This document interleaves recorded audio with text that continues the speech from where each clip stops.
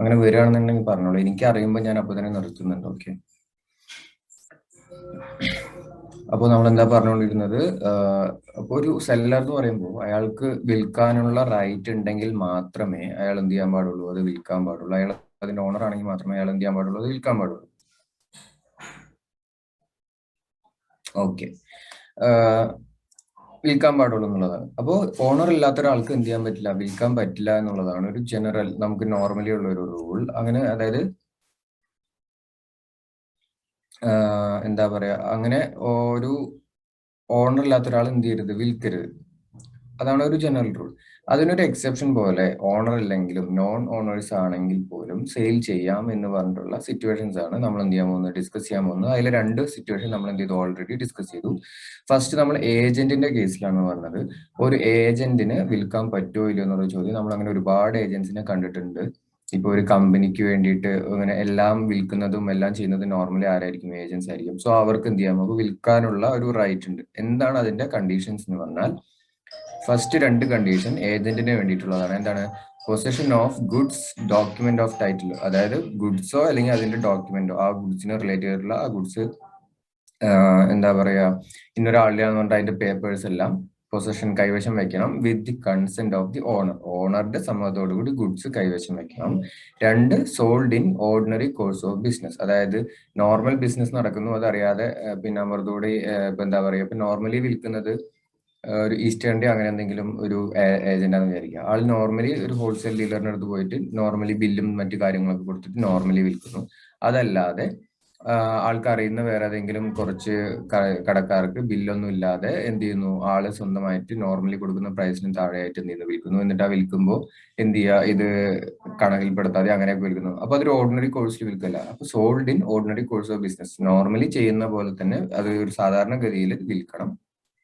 ഓണറുടെ സമ്മതത്തോടു കൂടി ആ ഗുഡ്സ് കൈവശം വെക്കണം. ഇത് രണ്ടാണ് ഏജന്റിന്റെ കയ്യിലുള്ള കണ്ടീഷൻ. പിന്നെ സിയും ഡിയും എന്ന് പറയുന്നത് എന്താണ്, ബയറുടെ ഭാഗത്തുള്ള ഒരു കണ്ടീഷനാണ്. എന്താണ്? Buyer must have bought in good faith. Buyer അത് വാങ്ങുമ്പോൾ ഗുഡ് ഫെയ്ത്തിൽ അല്ലെങ്കിൽ ഉത്തമ വിശ്വാസത്തിലായിരിക്കണം വാങ്ങേണ്ടത്.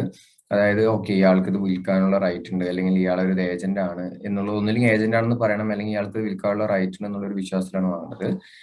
D, buyer must have no knowledge that seller had no authority to cell.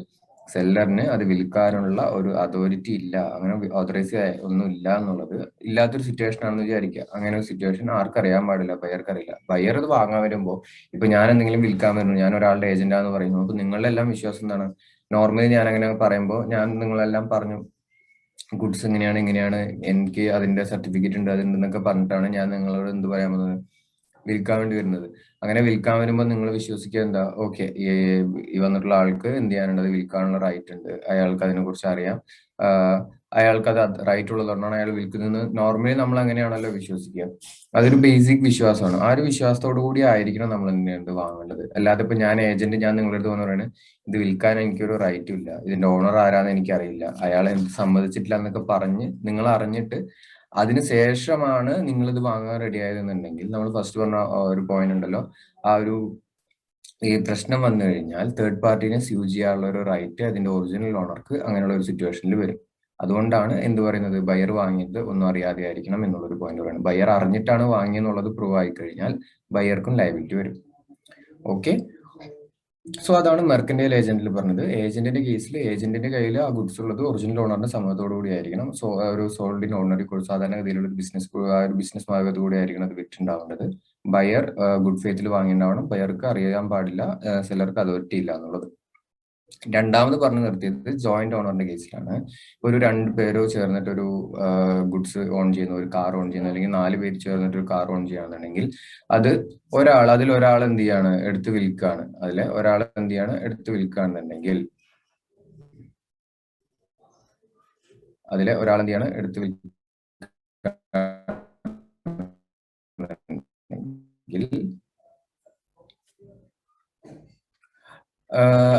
അങ്ങനെ വിൽക്കാൻ പറ്റുമോ എന്ന് ചോദിക്കുമ്പോൾ ലാഗ് വന്നു.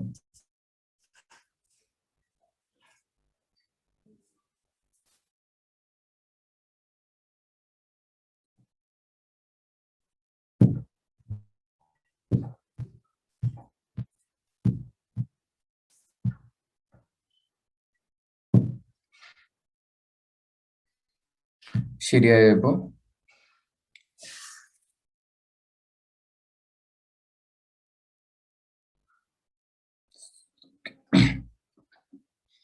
അപ്പോ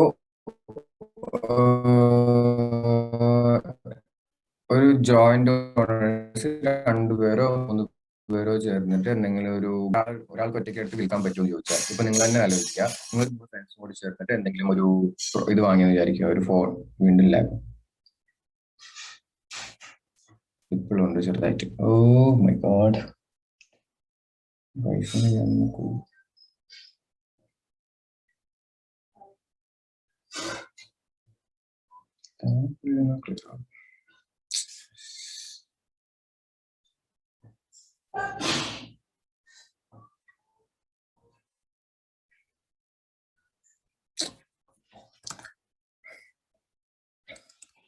വല്ലാതെ ലാഗ് അടിക്കണമെങ്കിൽ പറയാം, അല്ലെങ്കിൽ ഞാൻ കണ്ടിന്യൂ ചെയ്യാം.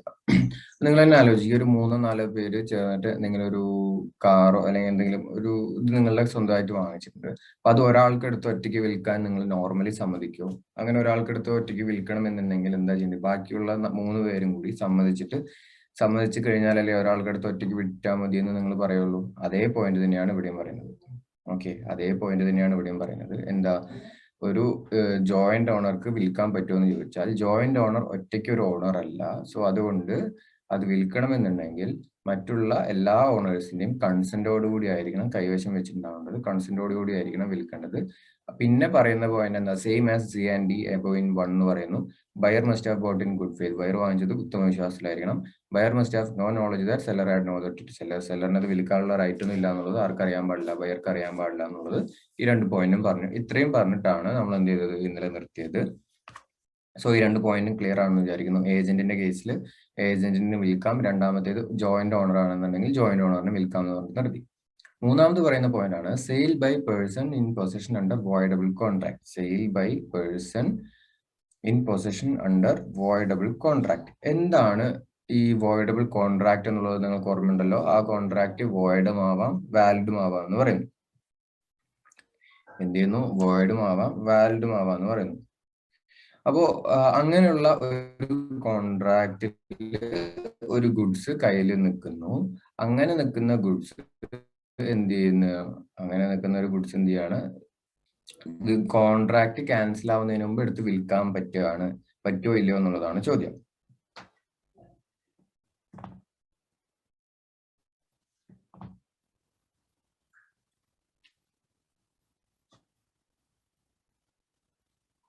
അത് എങ്ങനെയാണ് ആ ഒരു സിറ്റുവേഷൻ എന്ന് പറഞ്ഞു തരാൻ പറ്റുമോ? ഇപ്പോ ഫോർ എക്സാമ്പിൾ ഞാൻ പറയാം.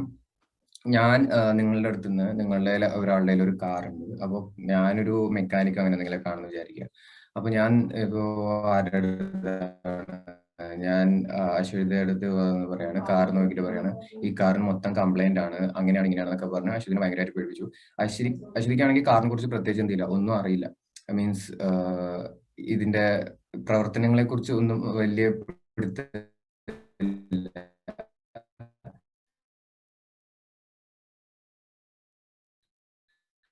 അങ്ങനെ ഞാൻ എന്ത് പറഞ്ഞു, നേരാക്കാൻ തന്നെ ഒരുപാട് റിപ്പയറിംഗ് കോസ്റ്റ് ഭയങ്കരമായിട്ട് വരും. ഇതെനിക്ക് ഇത്ര രൂപയ്ക്ക് വിറ്റോ, ഞാനിത് എന്ത് ചെയ്യാം, ഞാൻ ഇതിന്റെ റിപ്പയർ ചെയ്യാൻ പറ്റുമോ നോക്കിയിട്ട് ഞാൻ വേറെ ആർക്കെങ്കിലും ഇത് എടുത്ത് ചെയ്യാം, കൊണ്ടുപോയി വിൽക്കാമെന്ന് പറഞ്ഞു.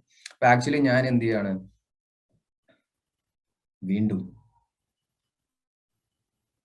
എനിക്കിവിടെ പ്രശ്നം വന്നിട്ടില്ലല്ലോ.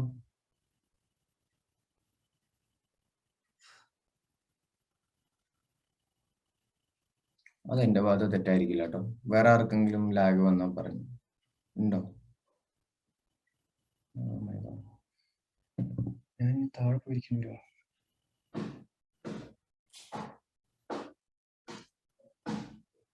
സ്റ്റക്കോ? ഞാൻ വീഡിയോ ഓഫ് ചെയ്തു, കുറച്ച് നെറ്റ് ഉപയോഗം കുറയ്ക്കില്ല.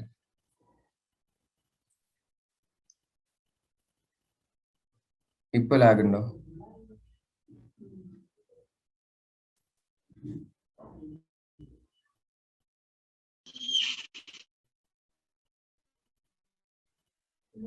ഉണ്ടോ?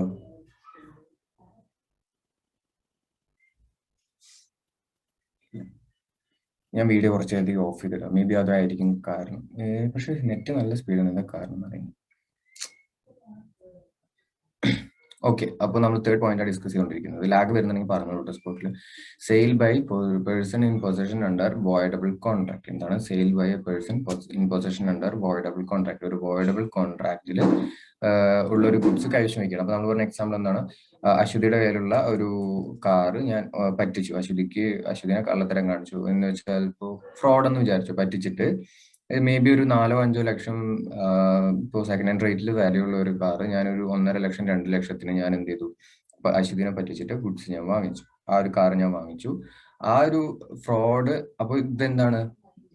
Consent is caused by fraud എന്നുള്ളതാണെന്നുണ്ടെങ്കിൽ അത് സെക്ഷൻ 19 പ്രകാരം എന്താണ് എഫക്ട് ഓഫ് കോൺട്രാക്ട് വരുന്നത്? Voidable at the option of the aggrieved party. ഇവിടെ എഗ്രീവ്ഡ് പാർട്ടി ആരാണ്? അശ്വതിയാണ്. അശ്വതിയുടെ ഓപ്ഷനിൽ അതെന്താണ്? വോയിഡബിൾ ആണ്. ഇതാണ് വോയിഡബിൾ കോൺട്രാക്ട്. ഇത് എല്ലാവർക്കും അറിയാമെന്ന് വിചാരിക്കുന്നു. സോ അത്തരത്തിൽ എന്റെ കയ്യിൽ കിട്ടിയിട്ടുള്ള കാറ് അശ്വതി ഇത് ഞാൻ പറ്റിച്ചതാണ് തിരിച്ചറിയുന്നതിന് മുമ്പ് തന്നെ ഞാൻ വേറൊരാൾക്ക് എടുത്ത് വിറ്റു. ഞാൻ എൻ്റെ അടുത്ത് ആർക്ക് വിറ്റു? റിസ്വാൻ എടുത്ത് വിറ്റു എന്ന് വിചാരിക്കും. വേറൊരാൾക്ക് എന്ത് വിറ്റു? റിസ്വാൻ എടുത്ത് വിറ്റു. റിസ്വാൻ എന്റെ ചോദിച്ചു ഇത് ആരുടെ കാറാണെന്ന് ചോദിച്ചു. അപ്പൊ ഞാൻ പറഞ്ഞു ഇതിങ്ങനെ വേറൊരാളുടെ ആൾക്കത് വിൽക്കണം എന്ന് പറഞ്ഞ എന്റെ തന്നിട്ടുള്ളതാണ്, വാങ്ങിച്ചോളൂ എന്നൊക്കെ പറഞ്ഞ് ഞാൻ എന്ത് ചെയ്തു? വിറ്റു. അപ്പൊ റിസ്വാൻ അറിയില്ല ഞാൻ ഫ്രോഡ് കാണിച്ചതാണെന്നൊന്നും അറിയില്ല. റിസ്വാൻ വാങ്ങിച്ചത് ഇൻ ഗുഡ് ഫെയ്ത്തിലാണ്. റിസ്വാൻ വാങ്ങിച്ചത് എനിക്കിത് വിൽക്കാനുള്ള അതോറിറ്റി ഇല്ല, ഞാൻ കള്ളത്തര കാണിച്ചൊന്നും അറിയില്ല എന്നുണ്ടെങ്കിൽ റിസ്വാന്റെ സൈഡ് ഓക്കെയാണ്. അപ്പോൾ ഞാൻ എപ്പോ വിൽക്കണം? ഈ ഞാൻ അശ്വതിനെ പറ്റിച്ചതാണെന്ന് തിരിച്ചറിഞ്ഞിട്ട് കോൺട്രാക്ട് ക്യാൻസൽ ചെയ്യുന്നതിന് മുമ്പ് ഞാൻ വിറ്റ് കഴിഞ്ഞാൽ, അപ്പോൾ എന്തുകൊണ്ടാണ് എന്നെ നോൺ ഓണർ എന്ന് പറയുന്നത് വെച്ചാൽ വോയിഡബിൾ കോൺട്രാക്ട് ആയതുകൊണ്ട് കംപ്ലീറ്റ്ലി എന്നെ എന്താക്കിയിട്ടില്ല, എനിക്കൊരു ഓണർ ആവാൻ പറ്റിയിട്ടില്ല. വോയിഡബിൾ കോൺട്രാക്ട് ആയതുകൊണ്ട് എന്ത് ചെയ്യാൻ പറ്റില്ല, എനിക്ക് കംപ്ലീറ്റ്ലി എൻ്റെ ഒരു ഓണർ ആവാൻ പറ്റിയിട്ടില്ല. സോ അത് ആ ഓണർ എന്താ പറയുക, ആ ഒരു കോൺട്രാക്ട് ക്യാൻസൽ ആവുന്നതിന് മുമ്പ് തന്നെ ഞാൻ എടുത്ത് എന്ത് ചെയ്യണം? വിൽക്കാണ്. അതാണ് sale by person in possession under a voidable contract. Voidable contract എന്താണെന്ന് ഞാൻ എക്സ്പ്ലെയിൻ ചെയ്യില്ല, നമ്മൾ ലാസ്റ്റ് ചാപ്റ്ററിൽ പഠിച്ചാണ്. സോ വോയിഡബിൾ കോൺട്രാക്റ്റിൽ ഒരു ഗുഡ്സ് എൻ്റെ കയ്യിലുണ്ട്, ആ ഗുഡ്സ് ഞാൻ ആ കോൺട്രാക്ട് ക്യാൻസൽ ആവുന്നതിന് മുമ്പ് എടുത്ത് വിൽക്കുകയാണ്. അപ്പൊ അതാണ് പറഞ്ഞത് possession of goods under voidable contract. Voidable കോൺട്രാക്റ്റിൽ ഗുഡ്സ് കൈവശം വെക്കണം. Sold before contract is rescinded. Sold before contract is rescinded എന്ന് പറഞ്ഞാൽ കോൺട്രാക്ട് ക്യാൻസൽ ആവുന്നതിന് മുമ്പ് തന്നെ ഗുഡ്സ് എന്ത് ചെയ്യുക? വിൽക്കുക. അടുത്ത എന്താ? Same as C and D. അപ്പൊ ബയർ വാങ്ങിച്ചത് ഗുഡ് ഫെയ്ത്തിലായിരിക്കണം. ബയർക്ക് വിൽക്കാനുള്ള റൈറ്റ് ഇല്ല, സെല്ലർക്ക് വിൽക്കാനുള്ള റൈറ്റ് ഇല്ല എന്ന് അറിയാൻ പാടില്ല. സോ തേർഡ് പോയിന്റ് ക്ലിയർ ആണോ? വോയിഡബിൾ കോൺട്രാക്ട് ആലോചിക്കുക. പറ്റിച്ചിട്ട് ഒരു ഗുഡ്സ് കൈവശം വെച്ചു, അങ്ങനെ എന്തെങ്കിലും ചെയ്തിട്ട് ഗുഡ്സ് കൈവശം വെച്ചു, ആ കോൺട്രാക്ട് വോയിഡബിൾ ആണ്. ക്യാൻസൽ ആക്കുന്നതിന് മുമ്പ് തന്നെ ആ ഗുഡ്സ് എടുത്ത് വേറൊരാൾക്ക് വിറ്റു. അങ്ങനെയാണെങ്കിൽ അത് വാലിഡ് ആണ്. ഇനിയിപ്പോ അശ്വതിക്കുള്ള ഓപ്ഷൻ എന്താണെന്ന് ചോദിച്ചു കഴിഞ്ഞാൽ, അശ്വതിക്ക് എന്നെ എന്ത് ചെയ്യാം? എനിക്കെതിരെ കേസ് മറ്റൊക്കെ കൊടുക്കാം. പക്ഷെ തേർഡ് പാർട്ടിക്ക് എതിരെ കേസ് കൊടുക്കാൻ പറ്റില്ല, കാരണം തേർഡ് പാർട്ടി വാങ്ങിച്ചത് ഗുഡ് ഫെയ്ത്തിലാണ്. സപ്പോസ് ഇപ്പോ കോടതി അങ്ങനെ ഓർഡർ വിട്ടിട്ട് ആ വണ്ടി തിരിച്ച് അശ്വതിക്ക് കൊടുക്കണമെന്ന് ഒരു ഓർഡർ വന്നു കഴിഞ്ഞാൽ, ഇപ്പൊ ഈ തേർഡ് പാർട്ടി ആയിട്ടുള്ള ആരാണ്? റിസ്വാനാണ്. ഞാൻ വിറ്റത് റിസ്വാൻ ആണെന്നുണ്ടെങ്കിൽ റിസ്വാനും എനിക്കെതിരെ എന്ത് ചെയ്യും? കേസ് കൊടുക്കും. ഞാൻ ആ വാങ്ങിച്ചിട്ടുള്ള ഫുൾ എമൗണ്ട് എനിക്ക് തരണമെന്നുണ്ട്, റിസ്വാനും മേ ബി ഞാൻ കേസ് കൊടുക്കാം. ഓക്കെ, ഇപ്പൊ ഇതേ റിസ്വാൻ അറിയായിരുന്നു, റിസ്വാൻ പറഞ്ഞിട്ടാണ് ഞാൻ ഈ ഫ്രോഡ് കാണിച്ചിട്ട് ഈ വണ്ടി ഇങ്ങനെ വാങ്ങിച്ചത് എന്നുണ്ടെങ്കിൽ അശ്വതി കേസ് കൊടുക്കുമ്പോൾ അത് ഓട്ടോമാറ്റിക്കലി ആർക്കും കൂടി അപ്ലൈ ആവും. അപ്പൊ തേർഡ് പാർട്ടിക്കും കൂടി കേസ് കൊടുക്കും. ആരും കൂടി കേസിൽ ഡയറക്റ്റ് കേസിൽ ഇൻവോൾവ്ഡ് ആവും, റിസ്വാനും കൂടി കേസിൽ ഇൻവോൾവ്ഡ് ആവും. അപ്പൊ എന്തെങ്കിലും നഷ്ടപരിഹാരം ചോദിക്കുമ്പോൾ ഞാൻ മാത്രം ഒറ്റയ്ക്കല്ല കൊടുക്കേണ്ടി വരിക, റിസ്വാനും കൂടി ചേർത്ത് കൊടുക്കേണ്ടി വരും. അതാണ് ഇപ്പൊ ഈ സിയും ഡിയും പോയിന്റിന്റെ importance. Buyer must have bought in good ഫെയ്ത്തും buyer must have no knowledge that seller had no authority to sell എന്നുള്ള പോയിന്റ് ഇമ്പോർട്ടൻസ് അതാണ്. സോ ഈ പറയുന്ന വോയിഡബിൾ കോൺട്രാക്റ്റിൽ പൊസിഷൻ റെസിൻഡഡ് എന്ന് പറഞ്ഞാൽ ക്യാൻസൽഡ്. എയും ബിയോ എന്താണിത്? ഞാനിതിപ്പോ അതല്ലേ പറഞ്ഞേ, position of goods under voidable contract. എനിക്ക് എക്സ്പ്ലെയിൻ ചെയ്ത് തരുന്നോണ്ടൊരു ഇതില്ല. നോർമലി വായിച്ചാൽ പോലും മനസ്സിലാവുന്ന കാര്യങ്ങളൊക്കെ എന്നോട് ചോദിക്കുമ്പോൾ എനിക്ക് ഭയങ്കര സങ്കടമാവട്ടെ. റെസിൻഡഡ് എന്നുള്ളതിന്റെ മീനിങ് ക്യാൻസൽ ആക്കുക എന്നുള്ളതാണ്. റെസിൻഡഡ് എന്നുള്ളതിന്റെ മീനിങ് ക്യാൻസൽ ആക്കുക എന്നുള്ളതാണ്. അതൊക്കെ നോർമലി നിങ്ങൾക്ക് വായിച്ചാൽ മനസ്സിലാവുന്ന കാര്യങ്ങളൊന്നും നിങ്ങൾ എന്നോട് വീണ്ടും എക്സ്പ്ലെയിൻ ചെയ്യാൻ പറയരുത്. ഞാനത് മലയാളത്തിലെ പ്രോപ്പർ ആയിട്ട് ഒരു എക്സാമ്പിൾ എന്ന് വെച്ച് എക്സ്പ്ലെയിൻ ചെയ്തു. നിങ്ങൾ എന്നിട്ട് വായിച്ചു നോക്കിയിട്ട് മനസ്സിലാവാത്ത വേർഡോ കാര്യങ്ങളുണ്ടെങ്കിലോ മൊത്തം എന്നോട് ചോദിക്കരുത്. ഞാൻ ഓൾറെഡി ഒരു തവണ വായിച്ചു പറഞ്ഞു. നമ്മളൊരു ചാപ്റ്റർ ഫുള്ള് പഠിച്ചു കഴിഞ്ഞല്ലോ, ഇനിയും നിങ്ങൾ ഇമ്പ്രൂവ് ആയില്ലെങ്കിൽ ഭയങ്കര മോശം. സോ തേർഡ് പോയിന്റ് വായിച്ചു നോക്കിയിട്ട് ക്ലിയർ ആയോ ഇല്ല എന്നുള്ളതൊന്ന് പറഞ്ഞ്, ആ ഒരു ലോജിക്ക് ക്ലിയർ ആയോ, എന്താ ഉദ്ദേശിക്കുന്നുള്ള മനസ്സിലായോ, പോയിന്റ് മനസ്സിലായോ എന്നുള്ളത്. അപ്പോ ഒരു വോയിഡബിൾ കോൺട്രാക്റ്റിൽ ഗുഡ്സ് നമ്മുടെ കയ്യിലുണ്ടാവുന്നു. ആ ഗുഡ്സ് കോൺട്രാക്ട് ക്യാൻസൽ ആവുന്നതിന് മുമ്പ് എന്ത് ചെയ്യുന്നു? വിൽക്കുന്നു. അത്രേ ഉള്ളൂ പോയിന്റ്. ഡബിൾ കോൺട്രാക്റ്റിൽ ഗുഡ്സ് കൈവശം വരുന്നു, കോൺട്രാക്ട് ക്യാൻസൽ ആവുന്നതിന് മുമ്പ് ഞാൻ എടുത്ത് വിൽക്കുന്നു. That's all.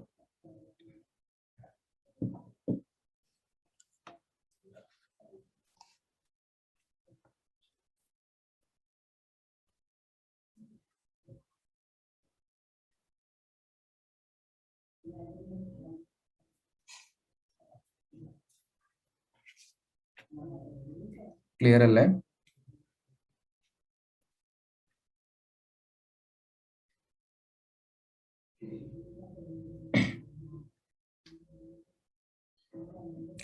Okay, good. So fourth പോയിന്റിലേക്ക് പോവാണ്. Sale by seller in position after sale. Sale by seller in position after sale. അപ്പൊ എന്താ പറയുന്നത്? സെല്ലർ വിറ്റതിന് ശേഷം ഗുഡ്സ് ആളുടെ കയ്യിൽ തന്നെ ഉണ്ടെന്നുണ്ടെങ്കിൽ അതെടുത്ത് വിൽക്കുക, വീണ്ടും എടുത്ത് വിൽക്കുകയാണ് എന്നുണ്ടെങ്കിൽ. ഇപ്പോൾ ഒരു എക്സാമ്പിൾ, നമ്മൾ ആ ടി വിയുടെ എക്സാമ്പിൾ പറഞ്ഞില്ലേ, ഞാനൊരു ടി വി നോക്കിയിട്ട് പോയി, എനിക്ക് ആ ടി വി ഇഷ്ടമായി, ഞാൻ ആ ടി വി വാങ്ങിച്ചു, 30,000 രൂപയ്ക്ക് ഞാൻ ആ ടി വി വാങ്ങിച്ചു, ഞാൻ കാശും കൊടുത്തിട്ടാണ് വന്നത്. ഞാൻ അവിടെ നിന്ന് വന്നിട്ട് പറഞ്ഞ എന്താണ്, ഞാൻ ഈവനിങ് വന്നിട്ട് എടുത്തിട്ട് പോവാം എന്ന് പറഞ്ഞു, അല്ലെങ്കിൽ നിങ്ങൾ ഇന്ന് എനിക്ക് ഡെലിവറി ചെയ്ത് തരണം വീട്ടിലേക്ക് എന്ന് പറഞ്ഞു. ഈ രണ്ടിൽ ഏതെങ്കിലും ഒരു കേസ് പറഞ്ഞു. സോ അപ്പോ എന്താണ് സംഭവം? ടി വി വിറ്റ് കഴിഞ്ഞിട്ടും ആ ടി വിയുടെ പൊസിഷൻ ആരുടെ കയ്യിൽ തന്നെയാണ് ടി വി ഉള്ളത്? സെല്ലറുടെ കയ്യിൽ തന്നെയാണ് ടി വി ഉള്ളത്. അല്ല, ടി വി വിറ്റ് കഴിഞ്ഞിട്ടും സെല്ലറുടെ കയ്യിൽ തന്നെയാണ് ടി വി ഉള്ളത്. അപ്പോൾ ആ സിറ്റുവേഷനിൽ ഞാനത് വാങ്ങി കാശ് കൊടുത്തു, എല്ലാം കഴിഞ്ഞിട്ട് ഞാൻ തിരിച്ചു പോകുന്നു. തിരിച്ചു പോന്നു കഴിഞ്ഞിട്ട്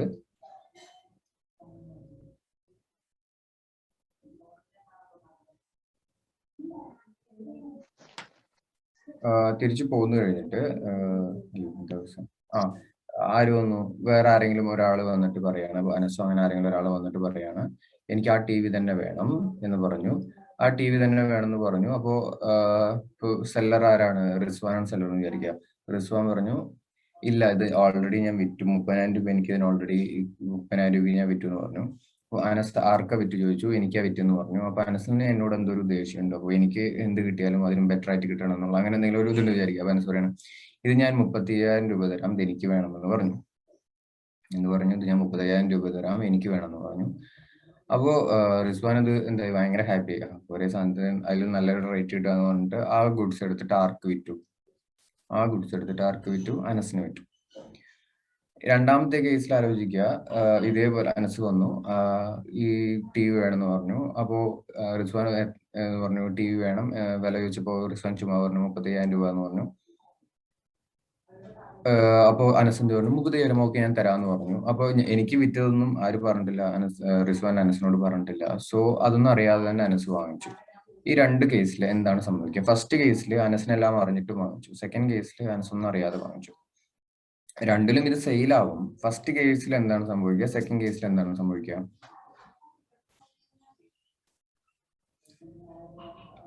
ഫസ്റ്റ് കേസിൽ എന്താണ് സംഭവിക്കുക? സെക്കൻഡ് കേസിൽ എന്താണ് സംഭവിക്കുക?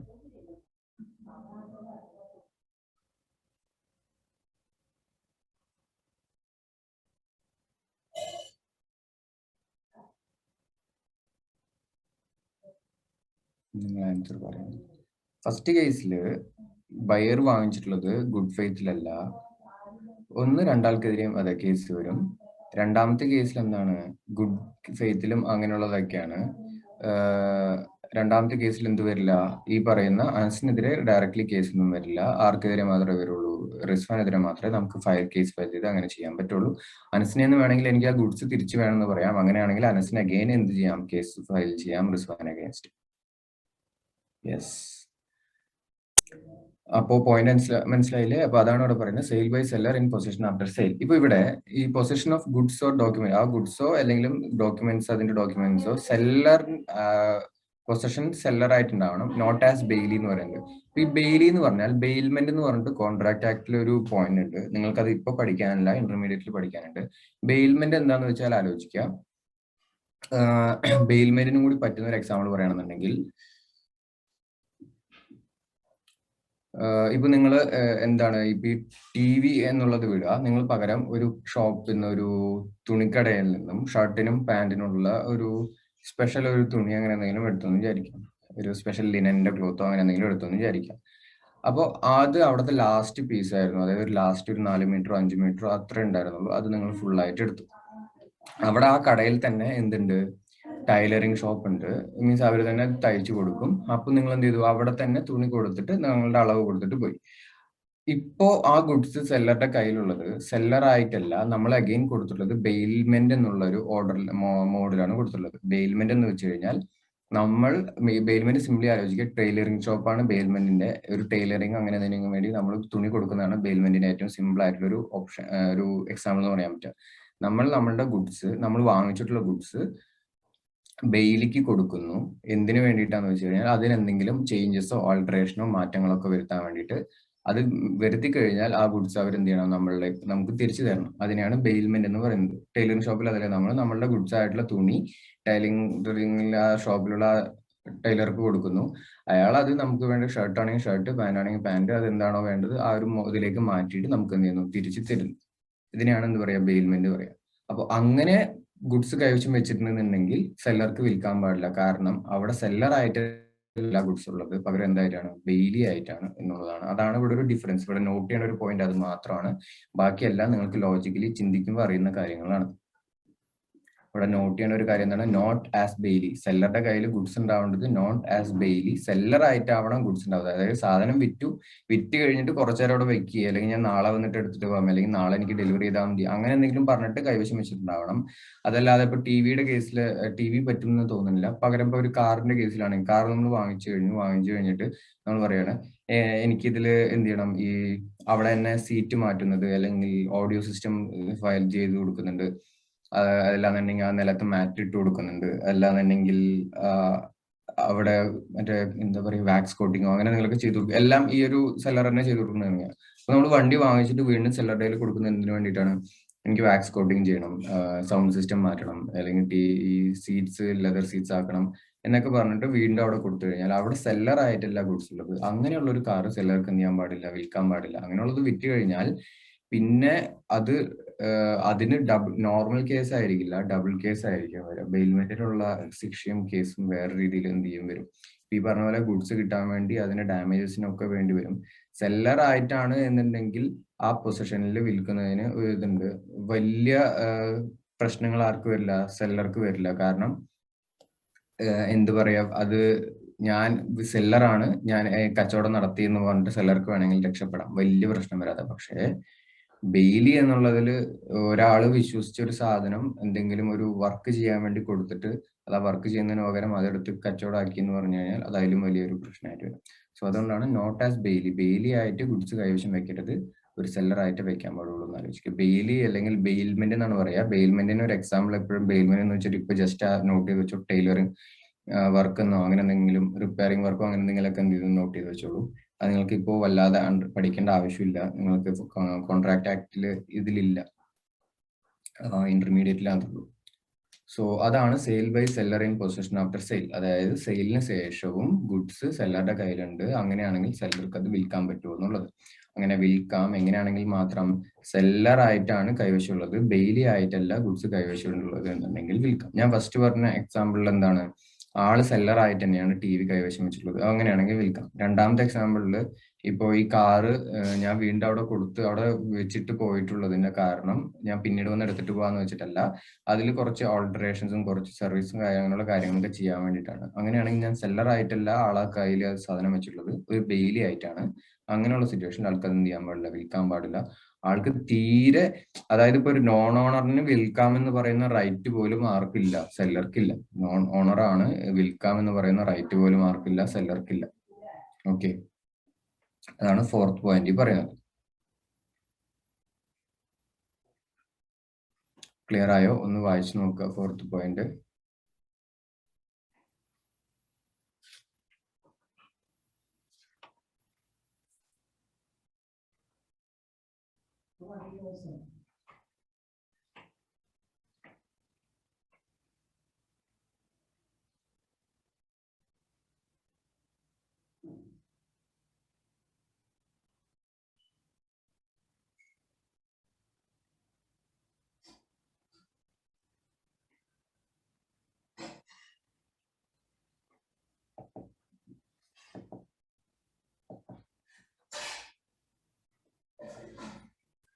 4 പോയിന്റ് എല്ലാവർക്കും ക്ലിയർ ആണെന്ന് വിചാരിക്കുന്നു. ആദ്യം പറഞ്ഞ എക്സാമ്പിൾ സെയിൽ ചെയ്ത കേസ് ഉണ്ട്, കേസ് ഇല്ല എന്ന് പറയുന്നില്ല. കാരണം ഒരാൾക്ക് വിറ്റതിനെടുത്തിട്ട് മറ്റൊരാൾക്ക് വിൽക്കാന്ന് പറഞ്ഞില്ലേ, അവിടെ അവിടെ വരുന്ന കേസ് ഇപ്പൊ ഒന്നില്ലെങ്കിൽ ഡാമേജസിനോ അല്ലെങ്കിൽ അതിന് പകരം അതേപോലത്തെ ഒരു ഗുഡ്സ് കൊടുത്താൽ ചിലപ്പോൾ സെല്ലർക്ക് രക്ഷപ്പെടാം.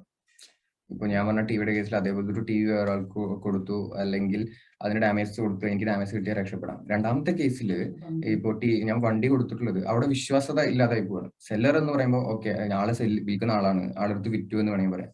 രണ്ടാമത്തേൽ വിശ്വാസത മാറിപ്പോവാണ്, അത് ഭയങ്കര പ്രശ്നമാണ്. അത് ഫസ്റ്റ് കേസ് പോലെ ആയിരിക്കില്ല. ആദ്യത്തേലും കേസ് കൊടുക്കാം, ആദ്യത്തേലും കേസ് ഉണ്ട്, ഉറപ്പായിട്ടും കേസ് ഉണ്ട്. കാരണം ഞാൻ ഒരു എഗ്രിമെന്റ് വെച്ച് ഞാൻ കാശ് കൊടുത്തു, എനിക്ക് എന്റെ സാധനം തരില്ല എന്ന് പറയുമ്പോൾ അതിന് ഉറപ്പായിട്ടൊരു കേസ് ഉണ്ട്. എനിക്ക് സോൾവ് ചെയ്ത ഗുഡ്സ് വേറെ ആൾക്ക് വിറ്റു എന്ന് പറഞ്ഞിട്ട് എനിക്ക് ആ ഗുഡ്സ് വേണമെന്ന് പറയാം, അതിന്റെ ഡാമേജ് വേണമെന്നൊക്കെ പറയാം.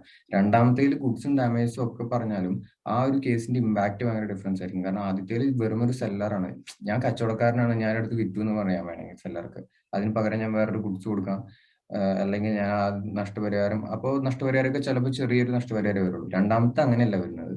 നിങ്ങൾ ഒരാളെ വിശ്വസിച്ച് ഒരു സാധനം അതിലെന്തെങ്കിലും ഒരു ആൾട്ടറേഷനോ അങ്ങനെ എന്തെങ്കിലും ചെയ്യാൻ വേണ്ടിയിട്ട്, അല്ലെങ്കിൽ അതിലെന്തെങ്കിലും വർക്ക് ചെയ്യാനോ അല്ലെങ്കിൽ റിപ്പയർ ചെയ്യാനോ അങ്ങനെ എന്തെങ്കിലും ചെയ്യാൻ വേണ്ടി കൊടുത്തിട്ട് ആ സംഭവം എടുത്ത് ഒരാൾ വിൽക്കാന്നുള്ള അതിനുള്ള റൈറ്റ് തന്നെ ആൾക്കില്ല. മറ്റേത് സെല്ലറാണ്, ആളുടെ കയ്യിൽ തന്നെ ഗുഡ്സ് ഉണ്ട്, അയാൾക്ക് എടുത്ത് വിൽക്കാം എന്നുള്ള റൈറ്റ് ഉണ്ട്. അതാണ് വ്യത്യാസം. ഓക്കെ,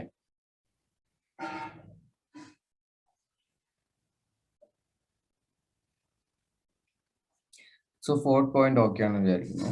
അടുത്ത പോയിന്റ് എന്താണ്? Sale by a buyer in position before transfer of ownership. Sale by buyer in position before transfer of ownership. എന്താ അവിടെ പറയുന്നത്? ബയ്യർ വിൽക്കാണ്. ആരാ വിൽക്കുന്നത്? ബയ്യർ വിൽക്കാണ്. ബയ്യർക്ക് വിൽക്കാം. എപ്പോഴാണ് ബയ്യർക്ക് വിൽക്കാൻ പറ്റുക? സെയിൽ കംപ്ലീറ്റ് ആയി കഴിഞ്ഞാൽ, ബയ്യർ അതിന്റെ ഓണർ ആയി കഴിഞ്ഞാൽ ബയ്യർക്ക് വിൽക്കാം. അതിന് പ്രത്യേകതയില്ല. പക്ഷെ അതിന് ഒരു പ്രശ്നമില്ല. ആ ഒരു സിറ്റുവേഷൻ ഒരു പ്രത്യേകത ഇല്ലാത്തൊരു സിറ്റുവേഷനാണ്. ഇവിടെ എന്താണ് അതിന്റെ പ്രത്യേകത എന്ന് വെച്ച് കഴിഞ്ഞാൽ, സ്പെഷ്യാലിറ്റി ആവുന്നത് എന്തുകൊണ്ടാണ്? In position before transfer of ownership. അപ്പൊ ഗുഡ്സ് ആരുടെ കയ്യിലുണ്ട്? ബയ്യറുടെ കയ്യിലുണ്ട്. പക്ഷെ ഓണർഷിപ്പ് ട്രാൻസ്ഫർ ആയിട്ടില്ല. ഒരു കാറിന്റെ കേസിൽ ആലോചിക്കുക. എന്റെ കാറ് ഞാനത് സയ്യിദിന് വിൽക്കാമെന്ന് ഡിസൈഡ് ചെയ്തു. സയ്യിദ് എന്ത് ചെയ്തു? ഓക്കെ, ഒരു ദിവസം അല്ലെങ്കിൽ നാളെയും ഈ വണ്ടി ഒന്ന് ഞാനൊന്ന് നോർമൽ യൂസിനൊന്ന് ചെയ്ത് നോക്കട്ടെ എന്ന് ചോദിച്ചു. എനിക്ക് സയ്യിദിനെ അറിയാം, ഞാൻ എന്ത് ചെയ്തു? വണ്ടി കൊടുത്തു. അപ്പോ എന്ത് ചെയ്തിട്ടില്ല? വിറ്റിട്ടില്ല. വിറ്റിട്ടില്ല. അതിനു മുമ്പ് തന്നെ ഞാൻ വണ്ടി എന്ത് ചെയ്തു? യൂസ് ചെയ്യാൻ വേണ്ടി കൊടുത്തു. സയ്യിദ് വണ്ടിയായിട്ട് പോകുന്നത് ആര് കണ്ടു? അനസ് അല്ലെങ്കിൽ റിസ്വാൻ കണ്ടു കഴിഞ്ഞിട്ട് അവര് എന്ത് പറഞ്ഞു? നല്ല വണ്ടിയാണല്ലോ. അവര് വണ്ടിയൊക്കെ ഒന്ന് ചെക്ക് ചെയ്ത് കണ്ടിട്ട് പറഞ്ഞു, ഇതെനിക്ക് വിൽക്കുമോ എന്ന് ചോദിച്ചു. അപ്പോ ഇപ്പോ സയ്യിദ് വാങ്ങാൻ നിന്നത് മേ ബി ഒരു 5 ലക്ഷത്തിനാണെന്ന് വിചാരിക്കുക. ഇവര് റിസ്വാൻ ഫസ്റ്റ് കോട്ട് ചെയ്തിട്ടുള്ള പ്രൈസ് തന്നെ വേണമെങ്കിൽ 6 ലക്ഷം ആണെന്ന് വിചാരിക്കുക. അപ്പോ നേരിട്ട് എന്ത് ചെയ്തു? നേരിട്ട് എന്ത് പറഞ്ഞു? സയ്യിദ് പറഞ്ഞു ഓക്കെ ഞാൻ വിൽക്കാമെന്ന് പറഞ്ഞു. അങ്ങനെ വിൽക്കുന്നതിൽ എന്തെങ്കിലും പ്രശ്നമുണ്ടോ എന്നുള്ളതാണ് ചോദ്യം. അതുകൊണ്ട് പറഞ്ഞു ഇന്ന് കച്ചവടം നമുക്ക് ഇന്ന് കംപ്ലീറ്റ് ആക്കാൻ പറ്റില്ല. എന്നാ കംപ്ലീറ്റ് ആക്കാൻ പറ്റുള്ളൂ? ഒരു 2 ആഴ്ച കഴിഞ്ഞിട്ടേ പറ്റുള്ളൂ എന്ന് പറഞ്ഞു. അങ്ങനെ വിൽക്കുന്നതിന് പ്രശ്നമുണ്ടോ? പ്രശ്നം ഉണ്ടെന്നും പറയാം, എന്നാൽ പ്രശ്നം ഇല്ല എന്നും പറയാം. ഞാൻ പ്രശ്നം ഇല്ലാത്തൊരു കേസ് പറയാം. ഇപ്പൊ എന്റെ വണ്ടി സയ്യിദ് വാങ്ങിച്ചിട്ട് എന്ത് ചെയ്യുന്നു? മറിച്ച് വിൽക്കുകയാണെങ്കിൽ പ്രശ്നമില്ല. ഇപ്പൊ ഞാൻ വിൽക്കാമെന്ന് പറഞ്ഞു. ഇപ്പൊ വിറ്റാലും ഓണർഷിപ്പ് ഇപ്പോ ഈ ഒരു കാറിന്റെ കേസിൽ ആലോചിക്കുക. അതിന്റെ പേര് ഇപ്പോ നിൽക്കുന്നത് എന്റെ പേരിലാണ്. അത് സയ്യിദിന്റെ പേരിലേക്ക് മാറ്റണം. അത് കഴിഞ്ഞിട്ട് റിസ്വാന്റെ പേരിലേക്ക് മാറ്റണം. എന്നാലല്ലേ ശരിയാവുള്ളൂ. ഇപ്പൊ നേരിട്ട് എന്റെ പേരിലുള്ള ഒരു ഇത് അങ്ങനെ പറ്റില്ലല്ലോ. അപ്പോ ഞാൻ എന്ത് ചെയ്യാം? എന്റെ കയ്യിൽ നിന്ന് സയ്യിദ് വാങ്ങാൻ വരുമ്പോ ഞാൻ സയ്യിദ് പറയാണ്, സാധനം ഞാൻ എടുക്കാം 5 ലക്ഷം രൂപയ്ക്ക്. പക്ഷെ ഇതിന്റെ ഓണറിന്റെ പേര് എന്റെ പേരിലേക്ക് ആക്കണ്ട, റിസ്വാന്റെ പേരിലേക്ക് ആക്കാം. അല്ലെങ്കിൽ എനിക്ക് അറിയിക്കാതെ തന്നെ എന്ത് പറയാം? എന്റെ പേരിലേക്ക് ആക്കിക്കോ എന്ന് പറഞ്ഞിട്ട് അത് കഴിഞ്ഞിട്ട് റിസ്വാൻ അത് പിന്നീട് എന്ത് ചെയ്യുന്നു? സയ്യിദ് പേര് മാറ്റി കൊടുക്കുന്നു. അങ്ങനെ ചെയ്യാം. എങ്ങനെ വന്നാലും ഒരേ ഒരു കാര്യം മാത്രമേ ഈ ഒരു സിറ്റുവേഷനിൽ നോക്കേണ്ട ആവശ്യമുള്ളൂ. ഈ വണ്ടി സയ്യിദിന്റെ കയ്യിലുള്ളത് അതിന്റെ ഓണർ ആയിട്ടുള്ള ഞാൻ സമ്മതിച്ചിട്ടാണോ അല്ലയോ എന്നുള്ളത് മാത്രം. അത് മാത്രം അവിടെ എന്ത് ചെയ്താൽ നോട്ട് ചെയ്താൽ മതി. അല്ലാതെ ബയർക്ക് വിൽക്കാം, പക്ഷെ ഓണർഷിപ്പ് കംപ്ലീറ്റ്ലി ട്രാൻസ്ഫർ ആവണമെന്നുണ്ടെങ്കിൽ ഈ പറഞ്ഞ പ്രശ്നങ്ങളൊക്കെ ഉണ്ടല്ലോ. ആദ്യം ഞാൻ വിറ്റാലല്ലേ അതിന്റെ ഓണർ ആവുള്ളൂ, അല്ലാതെ ഓണർഷിപ്പ് ട്രാൻസ്ഫർ ചെയ്യാൻ പറ്റില്ല. സെയിൽ വേണമെങ്കിൽ എന്ത് ചെയ്യാം, നടത്താം, സെയിൽ നടത്താം എന്നൊക്കെ പറയാം. അത് ആക്ച്വൽ സെയിൽ ആവില്ല. ഇപ്പൊ തൽക്കാലത്തേക്ക് എന്തായിട്ട് മാറും, എഗ്രിമെന്റ് സെല്ല് പോലെ നിൽക്കും. ഓക്കെ, അതെന്തായിട്ട് നിൽക്കും, എഗ്രിമെന്റ് സെല്ലായിട്ട് നിൽക്കും. ഇത് ആക്ച്വലി നടക്കുന്ന ഒരു കാര്യമല്ലേ. നിങ്ങൾ അല്ലെങ്കിൽ വണ്ടി കച്ചവടക്കാരായാലും അല്ലാന്നുണ്ടെങ്കിൽ സ്ഥല കച്ചവടക്കാരായാലും അങ്ങനെ ഇങ്ങനെയുള്ള ഇതിന്റെ ഡീലിങ്സ് നിൽക്കുന്നവർ എന്താ ചെയ്യുക, അവര് സാധനം ഇപ്പൊ ഇന്ന ആളുടെ കയ്യിലൊക്കെ വണ്ടി ഉണ്ട് അല്ലെങ്കിൽ ഇന്ന ആളുടെ കയ്യിലൊക്കെ ഇതുണ്ട് എന്ന് പറയുന്നു, അവരത് എന്ത് ചെയ്യുന്നു, ഇങ്ങോട്ട് എടുത്ത് മറിച്ച് വിൽക്കുന്നു.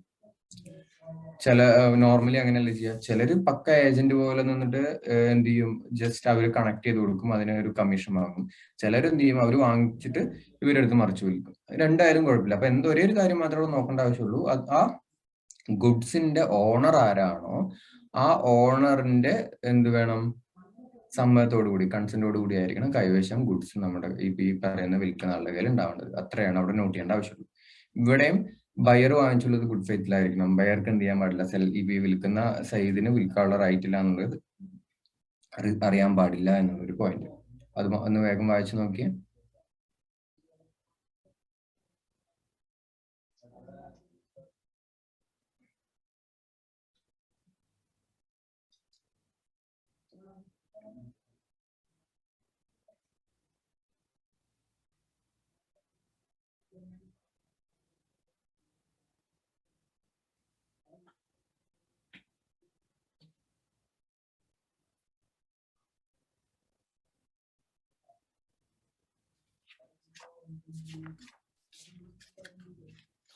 സോ വായിച്ചു എന്ന് വിചാരിക്കുന്നു. എല്ലാവരും ക്ലിയർ ആണല്ലോ, അതൊരു ഡൗട്ട് ഒന്നും ഇല്ലല്ലോ.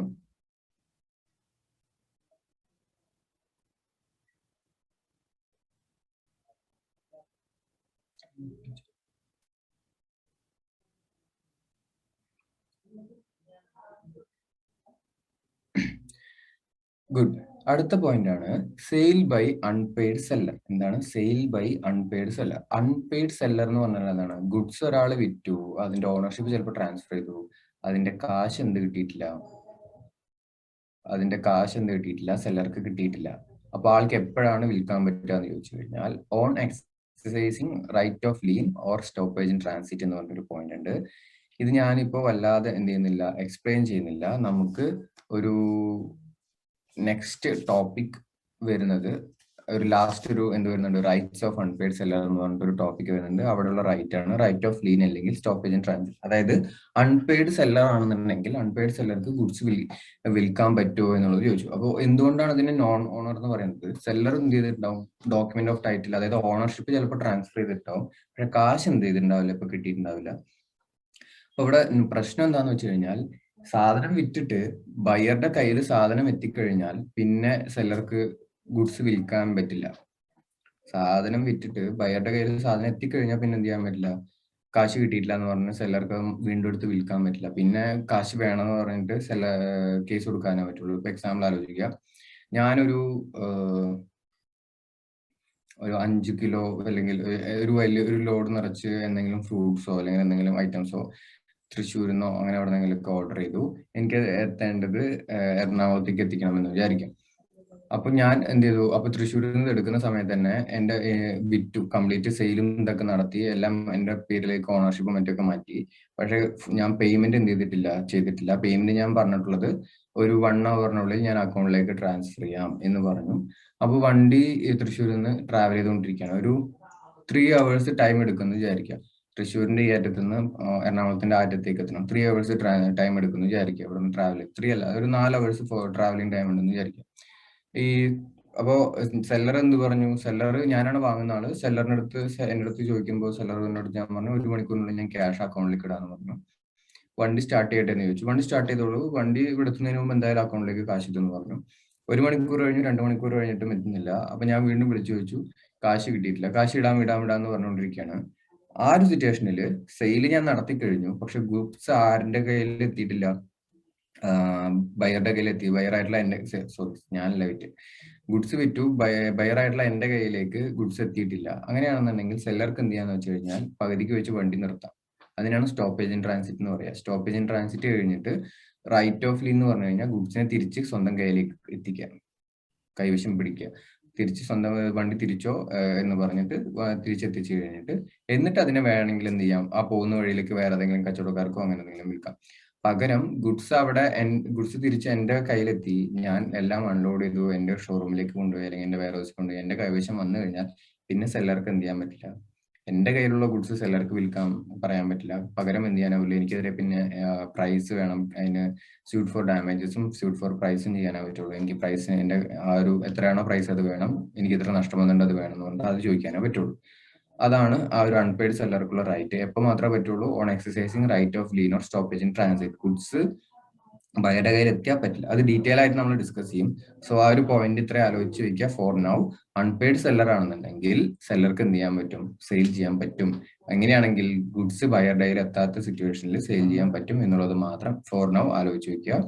നമ്മൾ ഡീറ്റെയിൽ ആയിട്ട് നല്ല കുറച്ച് ഉള്ളൊരു ടോപ്പിക്കാണ്, നമ്മൾ നല്ല ഭംഗിയായിട്ട് അത് ഡിസ്കസ് ചെയ്യും. ഓക്കെ, ഏഴാമത്തെ പോയിന്റ് ആണ് sale by finder of goods. Sale by finder of goods. അപ്പൊ ഈ എന്താ പറയുന്നത്, ഈ ഫൈൻഡർ ഓഫ് ഗുഡ്സ് എന്ന് പറഞ്ഞിട്ട് നമ്മൾ ഈ ഒരു പോയിന്റ് കോൺട്രാക്ട് ആക്ടിൽ ഡിസ്കസ് ചെയ്തിട്ടുണ്ടായിരുന്നു. എവിടെയാണ് ഡിസ്കസ് ചെയ്തത്? കോൺട്രാക്ട് ആക്ടിൽ എവിടെയാണ് ഡിസ്കസ് ചെയ്തത്? ഏത് ടോപ്പിക്കിലാണ് ഡിസ്കസ് ചെയ്തതെന്ന് ഓർമ്മയുണ്ടോ? ഞാൻ അപ്പോ വിൽക്കാം എന്നൊക്കെ പറഞ്ഞിട്ട് ഒരു പോയിന്റും പറഞ്ഞിരുന്നു.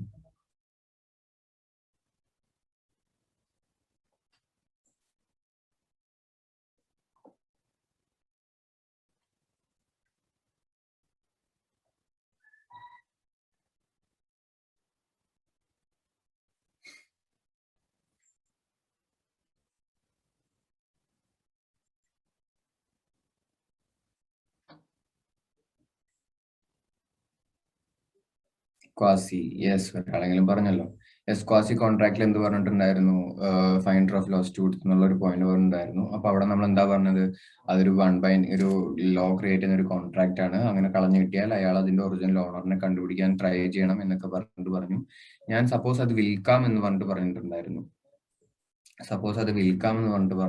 എപ്പോഴാണ് വിൽക്കാം എന്ന് പറഞ്ഞിട്ട് പറഞ്ഞത്? ആ ഗുഡ്സ് നശിച്ചു പോകുന്ന ഗുഡ്സ് ആണെങ്കിലൊക്കെ എടുത്ത് വിൽക്കാം, എന്നിട്ട് ആ കാശ് കൈവശം വെച്ചിട്ട് അതെടുത്ത് കൊണ്ടുപോയി ആ കാശ് കൊടുത്താൽ മതി എന്നൊക്കെ പറഞ്ഞിട്ടുണ്ടായിരുന്നു. സോ അതിന്റെ ബാക്കിയാണ് ഇവിടെ എന്ത് ചെയ്യുന്നത്? Sale by finder of goods. ഒരു ഗുഡ്സ് കളഞ്ഞു കിട്ടിയാൽ അയാൾക്ക് അത് വിൽക്കാൻ പറ്റുമോ ഇല്ലയോ എന്നുള്ളതാണ്. ഞാനിത് എക്സ്പ്ലെയിൻ ചെയ്യുന്നതിന് മുമ്പ് 4 പോയിന്റ്സ് പറഞ്ഞിട്ടുണ്ട്. ഈ 4 പോയിന്റ് വായിച്ചിട്ട് നിങ്ങൾക്ക് മനസ്സിലാവുണ്ടോ എന്നൊന്ന് നോക്കിയേ. എന്നിട്ട് വേഗം ഒന്ന് 4 പോയിന്റ് വേഗം ഒന്ന് വായിച്ചു നോക്കിയേ. സിമ്പിൾ വേർഡ്സിലാണ് എഴുതിയിട്ടുള്ളത്.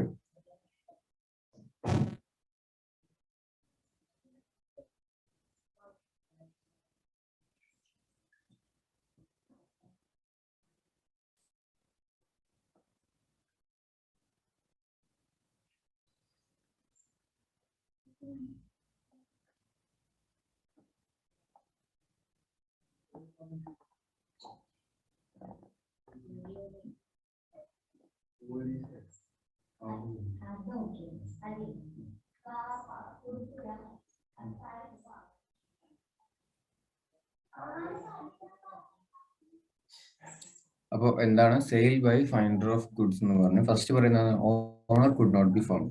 നമ്മൾ ഒരു സാധനം കളഞ്ഞു കിട്ടി, അവിടേക്ക് ആരെങ്കിലും ആണോ എന്ന് ചോദിച്ചിട്ട് ഓണറിനെ കിട്ടിയില്ല എന്ന് പറയുന്ന സിറ്റുവേഷൻ ആവരുത്. നമ്മൾ അവിടെ പറഞ്ഞ പോയിന്റ് ആലോചിച്ച് നോക്കുക. നല്ല രീതിയിൽ അതിന്റെ ഓണറിനെ കണ്ടുപിടിക്കാനുള്ള എല്ലാ ശ്രമങ്ങളും നമ്മൾ എന്ത് ചെയ്യണം? നടത്തി കഴിഞ്ഞിട്ട് മാത്രമേ ഈ ഒരു ഡിസിഷനിലേക്ക് എത്താൻ പാടുള്ളൂ എന്നാണ്. Owner could not be find എന്നുള്ള ഒരു ഡിസിഷനിലേക്ക് എത്താൻ പാടുള്ളൂ. 2, ഓണർ റിഫ്യൂസസ് ടു പേ. അതായത് നമ്മൾ ഓണറിനെ കണ്ടുപിടിച്ചിട്ട് ഈ ഗുഡ്സ് കൊടുക്കുന്നതിന് മുമ്പ് ഞാൻ പറഞ്ഞു, ഈ ഗുഡ്സ് ഇത്രയും നാള് ഒരു കേടുകൂടാതെ നോക്കിയാൽ എനിക്ക് ഇത്ര ചെലവ്. ചിലപ്പോൾ കിട്ടിയിട്ടുള്ളത് എന്തെങ്കിലും ഭയങ്കര എന്താ പറയാ, ഒരു പട്ടിക്കുട്ടീനെയാണ് കിട്ടിയെന്ന് വിചാരിക്കും. അപ്പൊ പട്ടിക്കുട്ടീനെ കിട്ടി, അത് ഭയങ്കര വില കൂടിയ ഒരു പട്ടിക്കുട്ടിയാണ്. അപ്പൊ അതിന് നമ്മളുടെ വീട്ടിലുള്ള ചോറിനൊന്നും കൊടുത്തിട്ട് എന്റെ കയ്യിൽ കിട്ടി. ഞാൻ അതിനെ നോക്കി അതിന് ചോറൊന്നും കൊടുത്തിട്ട് എന്ത് ചെയ്യുന്നില്ല, അത് കഴിക്കുന്നില്ല. അതിന് വേണ്ടിയിട്ട് ഞാൻ എന്താ പറയാ സംഭവം, പെഡിഗ്രിയോ അങ്ങനെ എന്തെങ്കിലുമൊക്കെ ഭയങ്കര വില കൂടിയ ഫുഡും മറ്റു കാര്യങ്ങളും അതിന് വേണ്ടി ഡെയിലി ഇറച്ചിയും അങ്ങനെയൊക്കെ വാങ്ങിച്ചു കൊടുത്തു. എനിക്ക് അതിന് ഡെയിലി ഭയങ്കര ചെലവ് വന്നു വിചാരിക്കും. അപ്പൊ അങ്ങനെ ചെലവ് വന്നു. ഞാനപ്പോ ഈ പട്ടിക്കുട്ടിനെ കൊടുക്കുമ്പോൾ ഇത്രയും കാലം ഇത് നോക്കിയതിന് എനിക്ക് ഇത്ര ചെലവ് വന്നിട്ടുണ്ട്. എനിക്കത് തന്നാലേ എന്ത് ചെയ്യുള്ളൂ, ഞാൻ പിന്നെ തരുള്ളൂ എന്ന് പറഞ്ഞു. അപ്പോൾ ആള് പറഞ്ഞു എനിക്ക് ആ കാശ് ഞാൻ തരില്ല എന്ന് പറഞ്ഞു. അങ്ങനെ പറഞ്ഞു കഴിഞ്ഞാൽ ഞാൻ എന്ത് പറയും?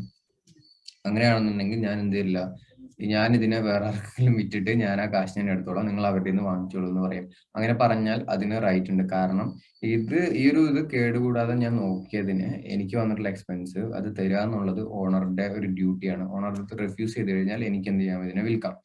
മൂന്നാമത് പറയുന്നത് goods are of perishable nature. അപ്പൊ ഈ പറഞ്ഞല്ലേ, കിട്ടിയിട്ടുള്ളത് ഒരു വലിയ ബോക്സ് നിറച്ച ആപ്പിളോ അങ്ങനെ എന്തെങ്കിലും പെരിഷബിൾ, പെട്ടെന്ന് നശിച്ചു പോകുന്ന ടൈപ്പുള്ള ഒരു ഗുഡ്സ് ആണ് കിട്ടിയിട്ടുണ്ടെങ്കിൽ നമുക്കത് അതിന്റെ ഓണറിനെയും കാത്തിട്ട് ഒരാഴ്ച, രണ്ടാഴ്ച, മൂന്നാഴ്ച ഒന്നും ചിലപ്പോൾ കാത്തിരിക്കാൻ പറ്റുന്നില്ല. അപ്പൊ എന്ത് ചെയ്യാം, അത് നശിച്ചു പോകുന്നതിന് മുമ്പ് അതിനെ വിറ്റിട്ട് കിട്ടുന്ന പേയ്മെന്റ് ഉണ്ടല്ലോ, ആ എമൗണ്ട് എന്ത് ചെയ്യാം, നമ്മൾ ആ ഓണറിനെ കണ്ടുകിട്ടുമ്പോൾ ഓണർക്ക് കൊടുക്കാം. അതാണ് C point. D point, lawful charges exceed 2/3 of value. Second പോയിന്റിൽ പറഞ്ഞത് നമുക്ക് ഇത്ര ചെലവ് വന്നു, ചെലവ് ചോദിച്ചപ്പോൾ ചെലവ് തന്നില്ല, ആ എക്സ്പെൻസ് വന്നത് ആ എമൗണ്ട് ചോദിച്ചപ്പോൾ തന്നില്ല എന്ന് പറഞ്ഞു. ഡി പോയിന്റിൽ എന്താ പറയുന്നത് വെച്ച് കഴിഞ്ഞാൽ നമ്മൾ അങ്ങനെ നോക്കിയിട്ട് ഈ ആ ഒരു ഗുഡ്സ് നമുക്ക് കളഞ്ഞു കിട്ടിയിട്ടുള്ള ഒരു പട്ടിക്കുട്ടിയാണെങ്കിൽ ആ പട്ടിക്കുട്ടിയുടെ വില 20,000 രൂപയാണെന്ന് വിചാരിക്കുക.